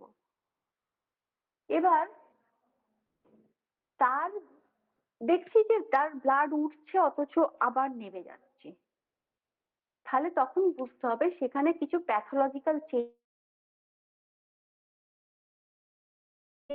হিমোগ্লোবিন উঠে আবার নেমে যাচ্ছে। মোটামুটি 7-এর নিচে যদি পেশেন্টের হিমোগ্লোবিন লেভেল থাকে, আমরা মাথায় রাখবো পেশেন্টকে ব্লাড দিতে হতে পারে। তবুও 7-এতে সবসময় না দিলেও চলে। পেশেন্টের হিমোগ্লোবিন লেভেল যদি, লিখে রাখুন, 5-এর নিচে নেমে যায়, বিলো 5, সেক্ষেত্রে কিন্তু অবশ্যই পেশেন্টকে ব্লাড ট্রান্সফিউশন করার সাজেস্ট করতে হবে। পেশেন্টের হিমোগ্লোবিন লেভেলের সিভিয়ার কন্ডিশন হচ্ছে 7, 6, 5 অর বিলো 5। 7 থেকে আমরা কনসাস হয়ে যাব, এবং 7-এর নিচ থেকে যদি 6, 5 এবং 5-এর নিচে নেমে যায়, তখন কিন্তু আমরা সেটাকে ব্লাড ট্রান্সফিউশন হিসেবে পেশেন্টকে সাজেস্ট করব। আদারওয়াইজ কিন্তু পেশেন্টের যদি হিমোগ্লোবিন লেভেল কম থাকে, চান্সেস আছে তার ভার্টিগো, মাথা ঘুরে পড়ে যাওয়ার, তার ব্লাড প্রেশার ফল করে যাওয়ার, এই জিনিসগুলো ডেভেলপ হওয়ার আগে থাকতে সচেতন হয়ে যেতে হবে। তাহলে একটা কজ বললাম, যে কজটা আমাদের কনজেনিটাল কজের মধ্যে পড়ে, সেটা হচ্ছে সিকেল সেল অ্যানিমিয়া। আর একটা হচ্ছে থ্যালাসেমিয়া। থ্যালাসেমিয়া এটা একটা কনজেনিটাল ইনবর্ন ডিজিজ, যেটা একটা বাচ্চা নিয়ে জন্মায়। এবং এই থ্যালাসেমিয়া টার্মটা এসছে ফ্রম থাইল্যান্ড, কারণ এই ফার্স্ট এই ডিজিজটা ধরা পড়ে থাইল্যান্ডে, সেখান থেকে রোগটার নাম এসছে থ্যালাসেমিয়া। এক্ষেত্রে কি হয়,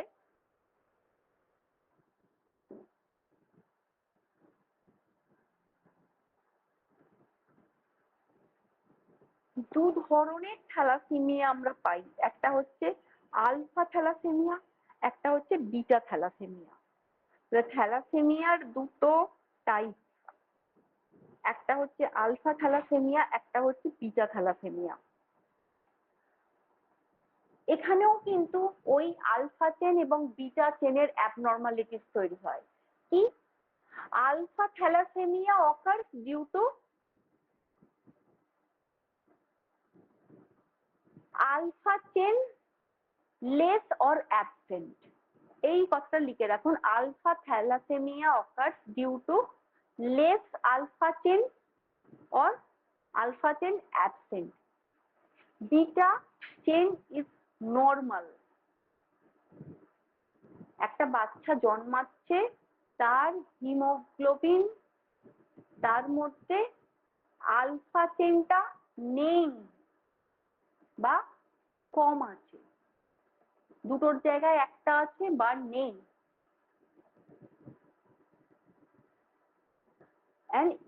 বিটা চেন নর্মাল থাকে না, বিটা চেন থাকে আমাদের এক্সেস, বেশি।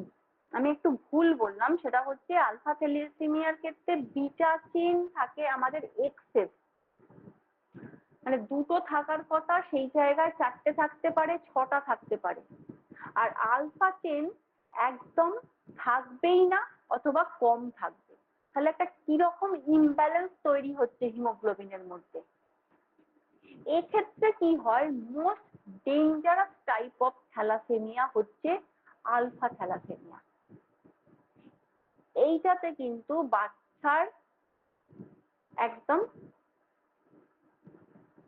মানে ইনবর্ন ডেথ হয়ে যায়, মানে না বাচ্চা জন্মানোর সাথে সাথে কিন্তু সে আর সার্ভাইভ করতে পারে না। একটা বাচ্চা হয়তো একদিন দুদিন বেঁচে থাকে, তার বেশি সার্ভাইভ করানোটা খুব মুশকিল, কারণ তার এমনই হিমোগ্লোবিন কন্ডিশনটা সাথে সাথে তার ভাঙতে শুরু করবে।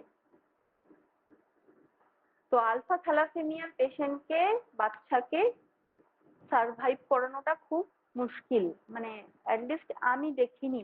এখন চিকিৎসা পদ্ধতি উন্নত, তাতেও কিন্তু আলফা থ্যালাসেমিয়া আমরা শুনতে পাই না যে কেউ বেঁচে আছে। যে ট্রিটমেন্টটা আমাদের দেশে হয় সেটা হচ্ছে বিটা থ্যালাসেমিয়ার ট্রিটমেন্ট, কারণ বিটা থ্যালাসেমিয়ার পেশেন্টকে ব্লাড ট্রান্সফিউশন করে অনেকদিন বাঁচিয়ে রাখা সম্ভব। তাহলে আলফা থ্যালাসেমিয়া আমি কি বললাম আরেকবার শর্টে বলে দিই, যেটা হচ্ছে আমাদের আলফা চেইন কম থাকবে অথবা অ্যাবসেন্ট থাকবে এবং বিটা চেইন এক্সেস থাকবে, সেইটা হচ্ছে আমাদের আলফা থ্যালাসেমিয়া, যেটা মানে স্টিল বার্থ, একদম বাচ্চাকে বাঁচানো যায় না। আর বিটা থ্যালাসেমিয়ার ক্ষেত্রে কি হবে, beta chain less or absent, আলফার উল্টোটা হবে, মানে বিটা চেন একদমই নেই অথবা অ্যাবসেন্ট। আর আলফা পলিপেপটাইড চেন এক্সেস, বেশি থাকবে, মানে দুটোর থেকে অনেক বেশি থাকবে আলফা চেন, এবং বিটা চেন থাকবেই না, নয়তো দুটোর জায়গায় একটা থাকবে, নর্মাল থাকবে না।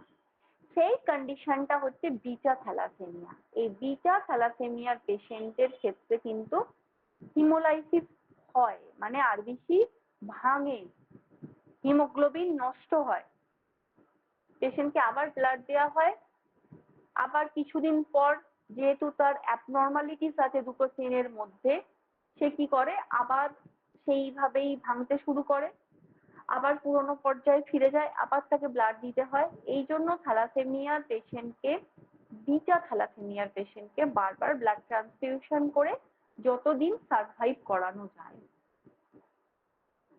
তাহলে দুটোই কিন্তু আমাদের কনজেনিটাল বা ইনবর্ন। আলফা থ্যালাসেমিয়া কোনোভাবেই বাঁচানো যাবে না, বিটা থ্যালাসেমিয়াকে তবু চেষ্টা করা হয় সার্ভাইভ করার। তাহলে এই দুটো অ্যানিমিয়া কি টাইপ অফ অ্যানিমিয়া, আমাদের হিমোলাইটিক অ্যানিমিয়া, যেটা আরবিসির ডিস্ট্রাকশন ঘটায়, সেটা হচ্ছে হিমোলাইটিক অ্যানিমিয়া। এগুলো ছাড়াও আর কি টাইপের অ্যানিমিয়া আছে আমাদের কনজেনিটাল ইটিওলজিক্যালের মধ্যে, মানে কারণগতর মধ্যে? Nutrition deficiency anaemia. Nutrition deficiency মানে তার পুষ্টির অভাব। পুষ্টির অভাব, নিউট্রিশন মানে পুষ্টি। মেইনলি নিউট্রিশন ডেফিসিয়েন্সি অ্যানিমিয়ার মধ্যে যেটা পাওয়া যায় সেটা হচ্ছে কি আয়রন ডেফিসিয়েন্সি অ্যানিমিয়া। খুব কমন, আমাদের ইন্ডিয়াতে খুব কমন আয়রন ডেফিসিয়েন্সি। মেইনলি হয় প্রেগনেন্ট ওম্যানের ক্ষেত্রে। প্রেগনেন্ট ওম্যানের ক্ষেত্রে কি হয়, মা এবং বাচ্চা দুজনেরই ক্রাইটেরিয়া থাকে। সেক্ষেত্রে সে যদি কোনো প্রেগনেন্ট ওম্যান যদি ঠিক করে না পুষ্টি তার শরীরে যায়, আয়রন ঠিক করে না যায়, তার অ্যানিমিয়া তৈরি হয়। তাহলে most common type of anaemia হচ্ছে আয়রন ডেফিসিয়েন্সি অ্যানিমিয়া, এবং এটা বেশি দেখা যায় প্রেগন্যান্ট স্টেজেতে। আর কি ধরনের নিউট্রিশন ডেফিসিয়েন্সি অ্যানিমিয়া হয় আমি যেগুলো বলছি এগুলো নিজেদের ভাষাতে ছোট ছোট করে নোট করে রাখুন, কাজে লাগবে ভবিষ্যতে এগুলো।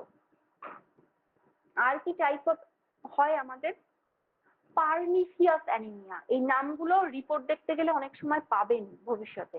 পারনিসিয়াস অ্যানিমিয়া। পারনিসিয়াস অ্যানিমিয়া কি, আমরা ভিটামিন চ্যাপ্টার পড়েছি, তো ভিটামিন চ্যাপ্টারের মধ্যে কি পড়েছি, B12। আমাদের ভিটামিন যে বি কমপ্লেক্স ছিল তার মধ্যে কি ছিল, B12, সায়ানোকোবালামাইন। সেই B12 এর ডেফিসিয়েন্সি হলে কিন্তু আমাদের পারনিসিয়াস অ্যানিমিয়া হয়। ভিটামিন B12 এর ডেফিসিয়েন্সির জন্য আমাদের পারনিসিয়াস অ্যানিমিয়া হয়। আয়রন না থাকার জন্য iron deficiency anaemia, vitamin B12 না থাকার জন্য পারনিসিয়াস অ্যানিমিয়া। আর একটা হয় megaloblastic anaemia. Megaloblastic anaemia. Megalo মানে, মেগা মানে বড়, ব্লাস্ট মানে ব্লাস্ট করা বা ফেটে যাওয়া। বড় সাইজের আরবিসি যখন ফেটে যায়, আমরা পড়লাম না ম্যাক্রোসাইটিক, মাইক্রোসাইটিক, নর্মোসাইটিক তিনটে টাইপ। এর মধ্যে যখন ম্যাক্রোসাইটিক অ্যানিমিয়া, সেটা কি হয়, আমাদের শরীরে যদি ফলিক অ্যাসিডের অভাব হয়, ভিটামিন B9, ফলিক অ্যাসিড কোনটা, ফলিক অ্যাসিড হচ্ছে ভিটামিন B9, B12 যেমন হচ্ছে আমাদের সায়ানোকোবালামাইন, যারা ভাবে পারনিসিয়াস অ্যানিমিয়া হচ্ছে। মেগালোব্লাস্টিক হচ্ছে ফলিক অ্যাসিড। ফলিক অ্যাসিডের অভাবে আমাদের যে অ্যানিমিয়াটা হয় সেটা হচ্ছে মেগালোব্লাস্টিক। কারণ শরীরে যদি ফলিক অ্যাসিড না থাকে তখন কি হবে, তার আরবিসির সাইজ গুলো বড় হয়ে যাবে, এবং আরবিসির সাইজ যদি বড় হয়ে যায় সেটা ব্লাস্ট করবে, মেগালো ব্লাস্ট, ব্লাস্ট হয়ে নষ্ট হয়ে গিয়ে অ্যানিমিয়া ডেভেলপ করবে। এইটা একটা। আর একটা কি জিনিস আমরা পড়েছি, ফলিক অ্যাসিডের অভাবে প্রেগনেন্ট স্টেজে যদি কারোর শরীরে পর্যাপ্ত ফলিক অ্যাসিড না থাকে সেক্ষেত্রে কি হয়, দুটো রোগ হয়। আমরা ভিটামিন চ্যাপ্টার একটু মনে করলে পারবেন। সেটা হচ্ছে কি, একটা হচ্ছে স্পাইনাল বাইফিডা, মানে কি তার স্পাইনাল কর্ড একসাথে দুটো জোড়ে না ফলিক অ্যাসিডের অভাবে, বাচ্চার সে জন্মাবে ইনবর্ন ওই স্পাইনাল বাইফিডা নিয়ে। আর একটা হচ্ছে কি অ্যানানসেফালি। অ্যানানসেফালি মানে তার মস্তিষ্কের সুইচার গুলো প্রপার জুড়বে না, যে পার্ট বাই পার্ট আমাদের একটা বাচ্চা যখন জন্মাচ্ছে তার মস্তিষ্ক তো তার বোনস গুলো, সুইচার গুলো সব জোড়া থাকে না, ভেতরে ইন্টারনাল পার্ট গুলো জোড়ে না ব্রেনের, সেগুলোকে বলা হয় অ্যানানসেফালি। তাহলে এই দুটো জিনিস কিন্তু ফলিক অ্যাসিডের অভাবে হয়। তার জন্য একটা প্রেগনেন্ট মাকে পর্যাপ্ত পরিমাণ ফলিক অ্যাসিড দেওয়া হয় প্রেগনেন্সির সাথে সাথে, আপ টু অ্যাটলিস্ট 12 উইকস পর্যন্ত, 12 সপ্তাহ পর্যন্ত। ইভেন যদি প্রেগনেন্সির আগেও কারোর প্ল্যান থাকে ইস্যুর, সেক্ষেত্রে ফলিক অ্যাসিড চালু করে দেওয়াটাকে বেস্ট মনে করা হয়। তাহলে ভিটামিন B9 এর অভাবে হলো আমাদের মেগালোপ্লাস্টিক অ্যানিমিয়া, ভিটামিন B12 এর অভাবে হলো আমাদের পারনিসিয়াস অ্যানিমিয়া, আর আমাদের আয়রনের অভাবে হলো আয়রন ডেফিসিয়েন্সি অ্যানিমিয়া। আর একটা ইম্পর্টেন্ট অ্যানিমিয়ার নাম আমি বলবো, জাস্ট ইন্ট্রোডাকশনটা, সেটা হচ্ছে aplastic anaemia. APPLUSTIC, APPLUSTIC, aplastic anaemia. Aplastic anaemia কখন হবে? অ্যাপ্লাস্টিক অ্যানিমিয়া হবে, আমরা কি জানি, আমাদের বডিতে রক্ত কণিকা কোথায় তৈরি হয়? রক্ত কণিকা তৈরি হয় আমাদের বোন ম্যারোর মধ্যে। বোন ম্যারো, বোন ম্যারোর মধ্যে এই রেড বোন ম্যারোর মধ্যে যদি বোন ম্যারোর জায়গায় সেই জায়গাটা দখল করে নেয় কোনো ফ্যাটি টিস্যু, মানে red bone marrow is replaced by fatty tissue. Bone ম্যারোর মধ্যে ফ্যাট অ্যাকুমুলেশন হয়ে গেছে, ফ্যাটি টিস্যু ডেভেলপ করে গেছে, তাহলে বোন ম্যারোর যে লাল পার্টটা, রেড পার্টটা, যেটা রক্ত কণিকা তৈরি করে, সে কিন্তু প্রপারলি আর বোন ম্যারো থেকে রক্ত কণিকা তৈরি করতে পারছে না। তখন কিন্তু একটা অ্যানিমিয়া ডেভেলপ করে, কারণ রক্ত কণিকা যদি তৈরিই না হয়, মানে আরবিসি তৈরি হচ্ছে না, ডব্লিউবিসি তৈরি হচ্ছে না, তৈরি হচ্ছে না, তাহলে কি হবে তার? তাহলে সেটা অ্যানিমিয়ায় রূপান্তর হবে। এবং কখন হয় এটা? এটা মেনলি হয় বোন ম্যারোর ক্যান্সার, মানে মাইলোমা, মাইলোমা রোগটার নাম, সেটা হচ্ছে বোন ম্যারো ক্যান্সার। মানে বোন ম্যারো ডিস্ট্রাকশন হয়ে যাবে, ডিস্ট্রাকশন হয়ে সেটা ফ্যাটি টিস্যুতে দ্বারা রিপ্লেস হয়ে যাবে, তখন রক্ত কণিকা তৈরি না হয়ে অ্যানিমিয়া তৈরি হতে শুরু করবে আমাদের বডিতে। বোন ম্যারো ক্যান্সারের জন্য কিন্তু অ্যানিমিয়া ডেভেলপ করে। একটা পেশেন্টকে দেখা গেল, একটা জাস্ট ফর এক্সাম্পল, তাকে ব্লাড ট্রান্সফিউশন করার পরও কিছুতেই তার হিমোগ্লোবিন নর্মাল লেভেলে থাকছে না, তাকে এই ব্লাড দেওয়া হচ্ছে, আবার 10 দিনের মধ্যে তার আবার নেমে যাচ্ছে তার 5-এর নিচে ব্লাড কোনোভাবে। তখন তাকে ক্লিনিক্যালি ডায়াগনোসিস করতে গিয়ে প্যাথোলজিক্যাল ক্লিনিক্যাল দেখা হয় কি, যে পেশেন্টের cancer, bone marrow cancer. Bone marrow হচ্ছে বেস, আমাদের হাড়ের মধ্যে অস্থি মজ্জা, ওখান থেকেই সেল তৈরি হবে, আদারওয়াইজ সমস্ত কিছুই ডিস্ট্রাকশন হয়ে যাবে, কাজই করবে না বডিতে আর। তো এই গেল আমাদের অ্যানিমিয়া সম্পর্কে বেসিক কিছু ধারণা আমি দিয়ে রাখলাম, যেগুলো খুব কাজে লাগবে। আর অ্যানিমিয়া সম্পর্কে ডিটেলসে কিছু যাচ্ছি না, কারণ অ্যানিমিয়া অনেক বড়, মোটামুটি এইগুলো নিয়ে চললেই কাজ চলবে।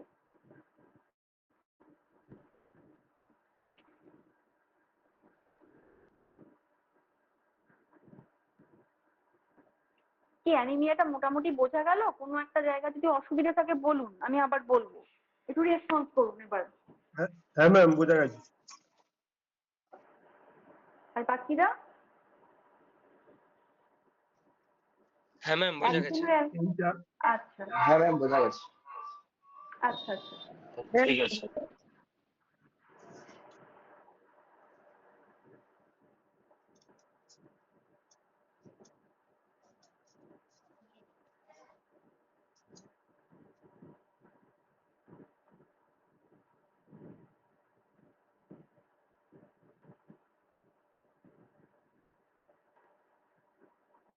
আচ্ছা, তাহলে এবার আমরা একটা ছোট ব্রেক নিয়ে নিই 5 মিনিটের, তারপর আবার বাকিটা কন্টিনিউ করি, ঠিক আছে? আমরা তো ওকে ম্যাম। অনেকক্ষণ হলো প্রায়। হ্যাঁ হ্যাঁ, তারপর আমরা বাকিটা কন্টিনিউ করি। মিউট করে রাখো, সবাই কেউ লেফট হবেন না।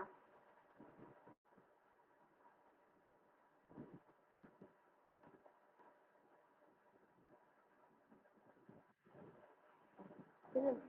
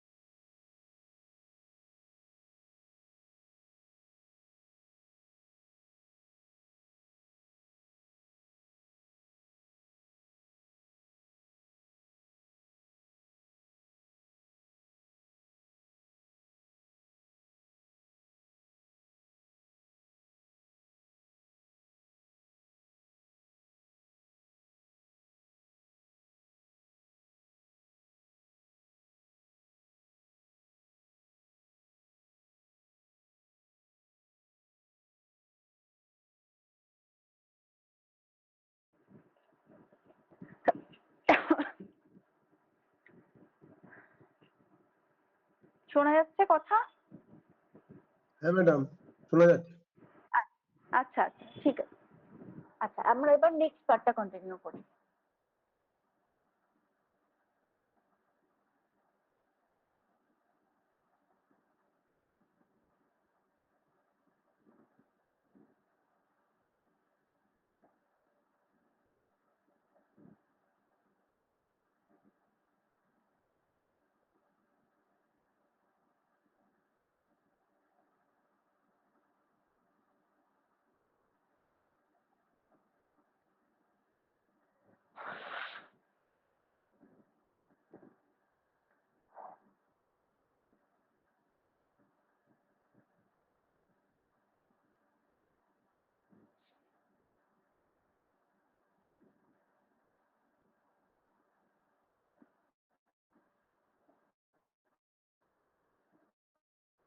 আচ্ছা, তাহলে অ্যানিমিয়াটা আমাদের হলো। এবার নেক্সট যেটা আরবিসির মধ্যে আছে, আহ, যেহেতু ব্লাডের মধ্যে কি বললাম, হিমোগ্লোবিন আছে, হিমোগ্লোবিনের মধ্যে কি থাকে, হিম part.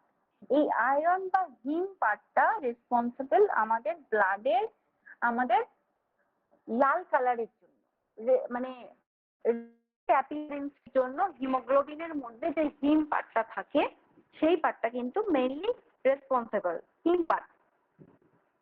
Does plasma contain hemoglobin? প্লাজমার মধ্যে কি হিমোগ্লোবিন থাকে? No, there is not normally dissolved in blood.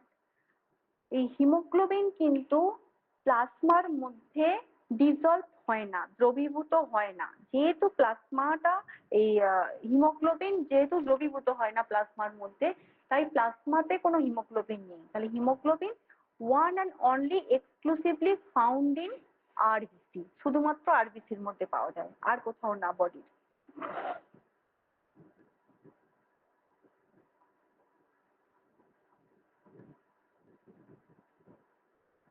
আচ্ছা, এই যে চেন গুলো, এই ডায়াগ্রাম কিন্তু দেখতে অনেকটা এইরকম, আলফা চেন, বিটা চেন যেগুলো বললাম এতক্ষণ, এইরকম কিন্তু সরু সরু দেখ।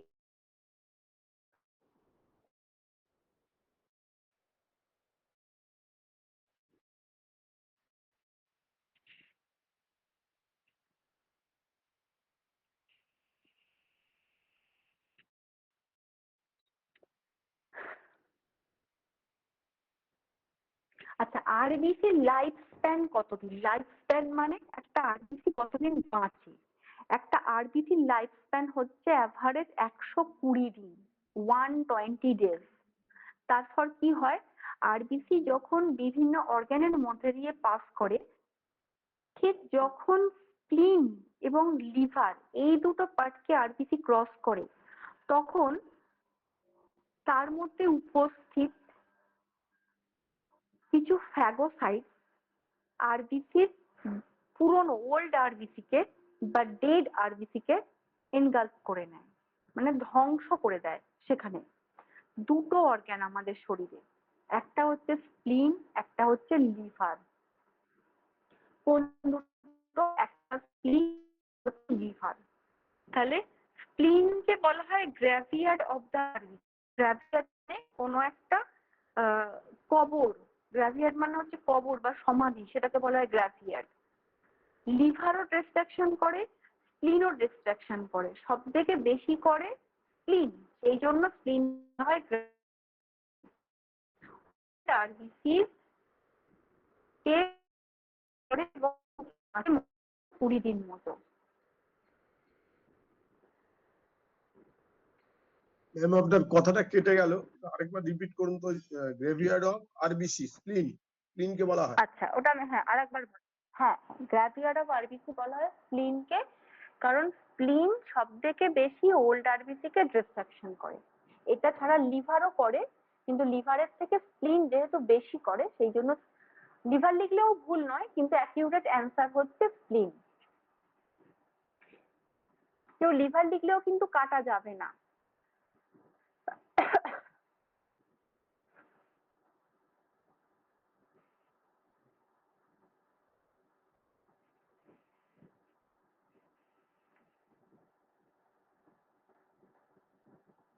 আচ্ছা, আহ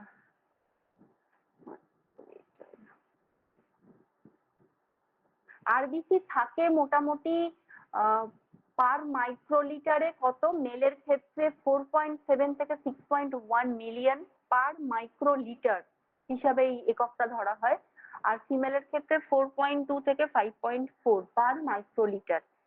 এত মিলিয়ন অফ সেলস আরবিসি থাকে। তেমনি আরবিসি যেমন 120 দিন বাঁচে, ডাব্লিউবিসি বাঁচে মোটামুটি আমাদের 13 থেকে 20 দিন।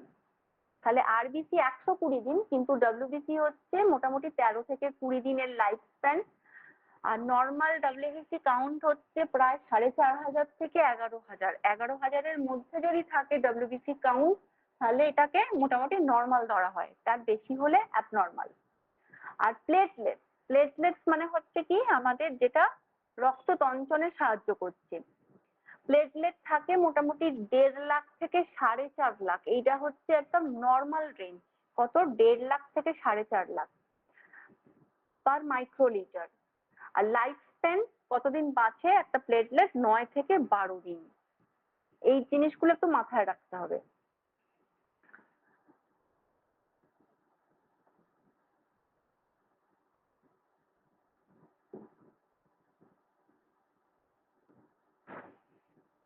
আচ্ছা, RBC form in the red bone marrow, লাল বোন ম্যারোর মধ্যে আমাদের আরবিসি তৈরি হয়, কারণ আরবিসি ডাব্লিউবিসি প্লেটলেট সবকিছুই তৈরি করে হচ্ছে আমাদের bone marrow.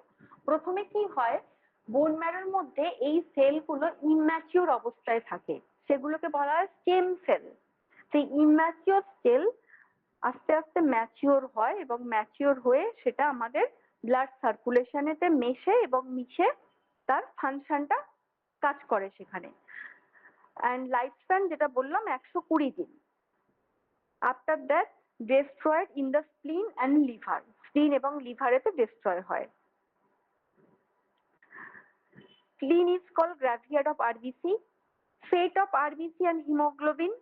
when red blood cell die, hemoglobin is broken. যখন লোহিত রক্তকণিকা ভাঙছে, 120 দিন বাঁচে, তারপর কি হবে? ভাঙবে সেটা। হিমোগ্লোবিন ইজ ব্রোকেন, হিমোগ্লোবিনও ভাঙলো, যেহেতু লোহিত রক্তকণিকার মধ্যে হিমোগ্লোবিন আছে, আরবিসি ভাঙলো মানে হিমোগ্লোবিনও ভাঙলো। Iron is সালভেটেড। হিমোগ্লোবিনের দুটো পার্ট বলেছি, একটা হচ্ছে আয়রন পার্ট, একটা হচ্ছে গ্লোবিন মানে প্রোটিন পার্ট। হিম আর গ্লোবিন, হিম মানে আয়রন, গ্লোবিন মানে প্রোটিন। এই যে হিম পার্টটা, হিম পার্ট আর iron part is salvaged. Salvaged মানে কোনো কিছুকে উদ্ধার করা। ভেঙে যাবার পরে এই হিম পার্টটা পুনরুদ্ধার হয় and transport to the bone marrow by proteins. বোন ম্যারোর মধ্যে এই হিম পার্টটা পুনরায় ফিরে যায় গ্লোবিন পার্টের দ্বারা। গ্লোবিন মানে প্রোটিন পার্ট। তাহলে খুব সহজভাবে বলি, আরবিসি যখন ডিস্ট্রাকশন হয় তখন হিমোগ্লোবিনের ডিস্ট্রাকশন হয়। হিমোগ্লোবিন ভাঙছে মানে হিমোগ্লোবিনের হিম পার্টটা হিমোগ্লোবিনের গ্লোবিন পার্টের দ্বারা সালভেটেড বা উদ্ধার হয়ে আবার আমাদের বোন ম্যারোর মধ্যে পুনরায় ফিরে যায়। ফিরে গিয়ে সেটা কি হয়, সেটা আমাদের আবার নতুন কোনো রক্তকণিকা তৈরি হওয়ার জন্য সেটা আমাদেরকে কাজে লাগে। called transferring and used again in the production of new RBC, নতুন আরবিসি তৈরি হওয়ার জন্য সেটা আমাদেরকে হেল্প করে। the remainder of hemoglobin form bilirubin. Bilirubin is excreted into the bile and gives the faces their characteristic yellow brown color. Hemoglobin form bilirubin. হিমোগ্লোবিনটা ভেঙে গিয়ে bilirubin তৈরি হয়। বিলিরুবিন কি? বিলিরুবিন হচ্ছে বাইলের একটা পার্ট, যেটা এক্সক্রিট হয় আমাদের লিভার থেকে।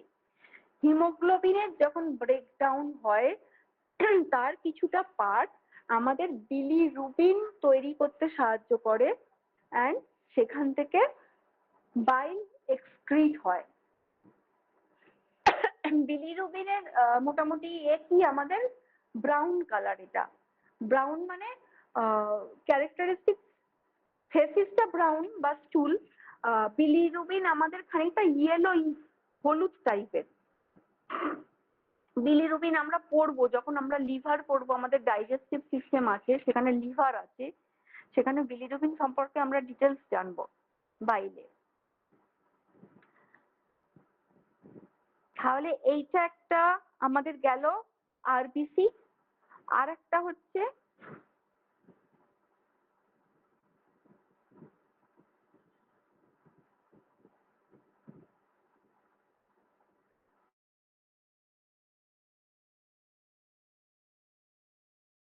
থ্রম্বোসাইট। থ্রম্বোসাইট বা প্লেটলেট। আমরা ডব্লিউবিসি আসবো, তার আগে থ্রম্বোসাইটসটা একটু দেখে নিই। থ্রম্বোসাইটস কি করছে ফাংশন?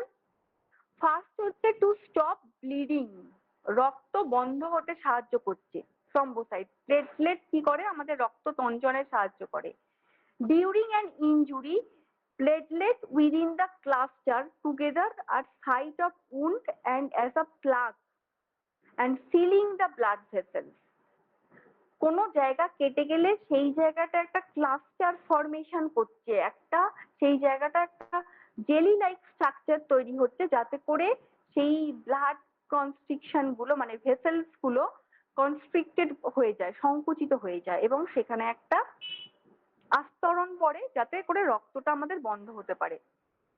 তাহলে কজ ভ্যাসোকনস্ট্রিকশন, আমাদের ভ্যাসোকনস্ট্রিকশনে সাহায্য করছে। সেরোটোনিন অ্যান্ড থ্রম্বক্সিন এই দুটো সিক্রেশন করে এটা আমাদের ভ্যাসোকনস্ট্রিকশনেতে সাহায্য করছে। ভ্যাসোকনস্ট্রিকশন মানে আমরা অলওয়েজ মনে রাখবো রক্তনালীর সংকোচন হওয়া, আর রক্তনালীর সংকোচন করে তবে ব্লাডটা জমাট বাঁধবে। Repair the damage endothelium. Endothelium cell repair ড্যামেজকে, এন্ডোথেলিয়াম সেলের লেয়ার যেটা ড্যামেজ হয় কোনো কিছু কেটে গেলে, সেল ড্যামেজ, সেটাকে রিপেয়ার করে। তাহলে এই গেল আমাদের থ্রম্বোসাইট। থ্রম্বোসাইট বা প্লেটলেট কতদিন বাঁচে আমরা বলে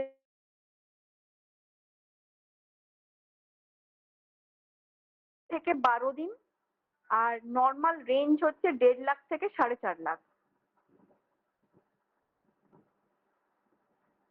condition and disorder. Thrombocytopenia. Thrombocytopenia এটা একটা মেডিকেল টার্ম, এবং থ্রম্বোসাইটোসিস এটাও একটা medical term. Low platelet count. Platelet count যখন কমে যাবে, কোনো কিছু যদি কমে যায় সেটাকে বলা হবে পেনিয়া, আর কোনো কিছু যখন বেড়ে যাবে সেটাকে বলা হবে সাইটোসিস। তার মানে প্লেটলেট কাউন্ট যখন কমে যাবে সেই কন্ডিশনটাকে বলা হবে থ্রম্বোসাইটোপেনিয়া। আর থ্রম্বোসাইটোসিস মানে প্লেটলেট কাউন্ট যখন অ্যাবনর্মালি বেড়ে যাবে। এবার থ্রম্বোসাইটোপেনিয়া কখন হয়? যেমন ইন কেস অফ ডেঙ্গু হয়, প্লেটলেট কাউন্ট অনেক পড়ে যায়, সেই কন্ডিশনটা হচ্ছে থ্রম্বোসাইটোপেনিয়া। তাহলে what happen if platelet count is high? কি হবে যখন প্লেটলেট কাউন্ট হাই হয়ে যাবে? If platelet count is too high, platelets will stick together and cause unnecessary clotting in the blood. Platelet count যখন হাই হয়ে যাবে তখন কি হবে? যেখানে ব্লাড ক্লটিং এর দরকার নেই সেখানেও ব্লাড ক্লট হতে শুরু করে দেবে। এবার ব্লাড, ধরা যাক আমাদের হার্টের করোনারি আর্টারি, যে হার্টকে ব্লাড দেয়, করোনারি আর্টারিতে যদি এক্সেসিভ প্লেটলেট অ্যাকুমুলেশন হয়ে আর্টারির ব্লকেজ তৈরি করে, কি হবে? সে সারা শরীরকে, হার্টকে রক্ত দিতে পারবে না। হার্ট যদি কাউকে রক্ত দিতে না পারে তখন কি হবে? সারা শরীরেই রক্ত পৌঁছাবে না, মানে তাহলে আমাদের হার্ট অ্যাটাক হতে পারে, আমাদের স্ট্রোক হতে পারে, এই জিনিসগুলো হতে পারে। আর what causes idiopathic thrombocytic purpura,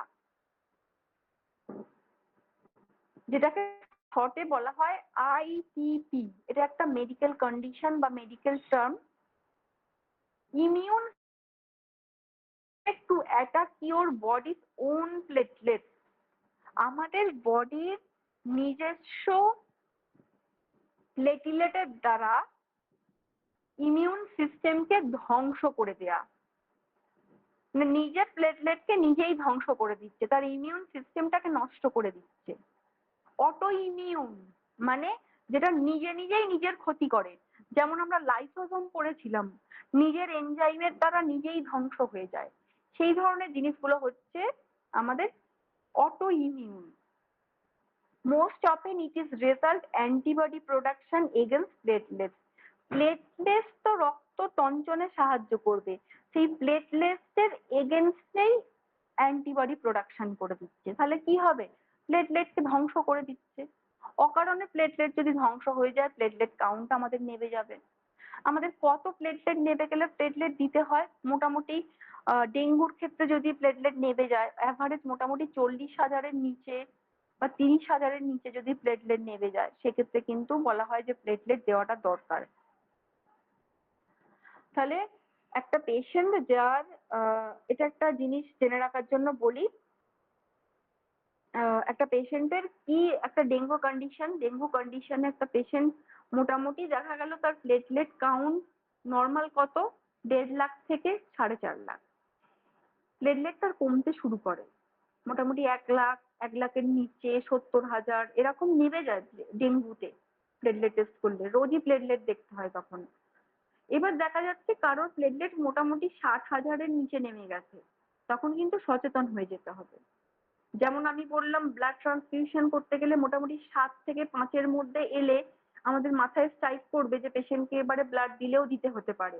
ঠিক সেরকম যদি 60,000-এর নিচে প্লেটলেট নেমে যায়, তখন কিন্তু কনসাস হয়ে যেতে হবে পেশেন্ট সিভিয়ারিটির দিকে যাচ্ছে। আর যদি 40,000-এর নিচে নেমে যায়, অবশ্যই পেশেন্টকে সাজেস্ট করতে হবে প্লেটলেট ট্রান্সফিউশন করার জন্য। এই গেল আমাদের মোটামুটি প্লেটলেট অ্যান্ড আমাদের আরবিসি, দুটো ব্লাড সেল। আর ডাব্লিউবিসি, তারপর আমাদের ক্লটিং ফ্যাক্টর, আমাদের ব্লাড গ্রুপ, এগুলো অনেকটা বড় চ্যাপ্টার ব্লাড আমাদের, এগুলো আমরা নেক্সট ক্লাসে আলোচনা করব। আজকে আমাদের এই প্লেটলেট পর্যন্ত থাকবে। এর মধ্যে কারোর যদি কোনো বুঝতে কোনো জায়গায় অসুবিধে থাকে বা আজকের টপিকটুকুর উপর যদি কারোর কোনো প্রশ্ন থাকে বলুন, বাকিটা নেক্সট ক্লাসে আমাদের হবে। কোথাও অসুবিধা থাকলে বলুন।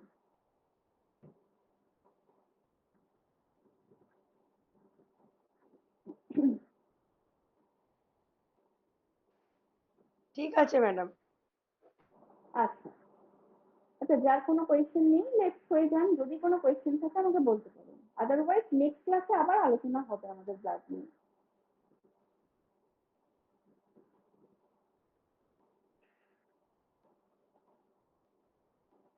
আজকের মতো এটা ঠিকই আছে, পরের দিনের সময় ঠিক দেখা যাবে। আছে। ম্যাম হ্যালো, হ্যাঁ বলুন। বলছি আলফা সেল সম্বন্ধে একটু বলুন তো। কোনটা? ওই আলফা সেল, আলফা চেইন। আমি বুঝতে পারছি না। আচ্ছা, alpha chain as a thalassaemia. আপনার সাউন্ডটা ইকো হচ্ছে। আলফা চেইন বিটা চেইন, তাই তো? থ্যালাসেমিয়া হ্যাঁ পার্টিকুলার, তাই তো? হ্যাঁ হ্যাঁ। আচ্ছা, আলফা থ্যালাসেমিয়া হচ্ছে যখন আমাদের কি হয়, আলফা চেইনটা অ্যাবসেন্ট থাকে অথবা কম থাকে, আর বিটা চেইন এক্সেসিভ থাকে, সেইটা হচ্ছে আলফা থ্যালাসেমিয়া, যেটা হচ্ছে মোস্ট ডেঞ্জারাস, স্টিলবার্ট হয়ে যায় যেটাতে। আর বিটা থ্যালাসেমিয়া কোনটা? বিটা থ্যালাসেমিয়া হচ্ছে or and alpha chain excessive। ঠিক আলফা যেটা হবে বিটা তার উল্টোটা হবে। আলফার ক্ষেত্রে আলফা চেনটা কম থাকবে অথবা অ্যাবসেন্ট থাকবে এবং বিটা চেন বেশি থাকবে। আর বিটার ক্ষেত্রে কি হবে? বিটা চেন কম থাকবে অথবা অ্যাবসেন্ট থাকবে আর আলফা চেন বেশি। এই ডিফারেন্সটা থেকেই আলফা থ্যালাসেমিয়া এবং বিটা থ্যালাসেমিয়ার ডিফারেন্স করা। ওকে? Okay ma'am. আচ্ছা।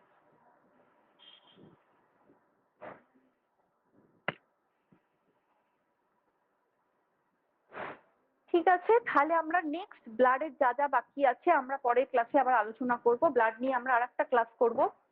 আজকে তাহলে ক্লাস এই পর্যন্ত রইলো। ভালো থাকবেন সকলে। Okay, thank you ma'am. Thank you ma'am, goodbye. Thank you. হ্যাঁ, গুড।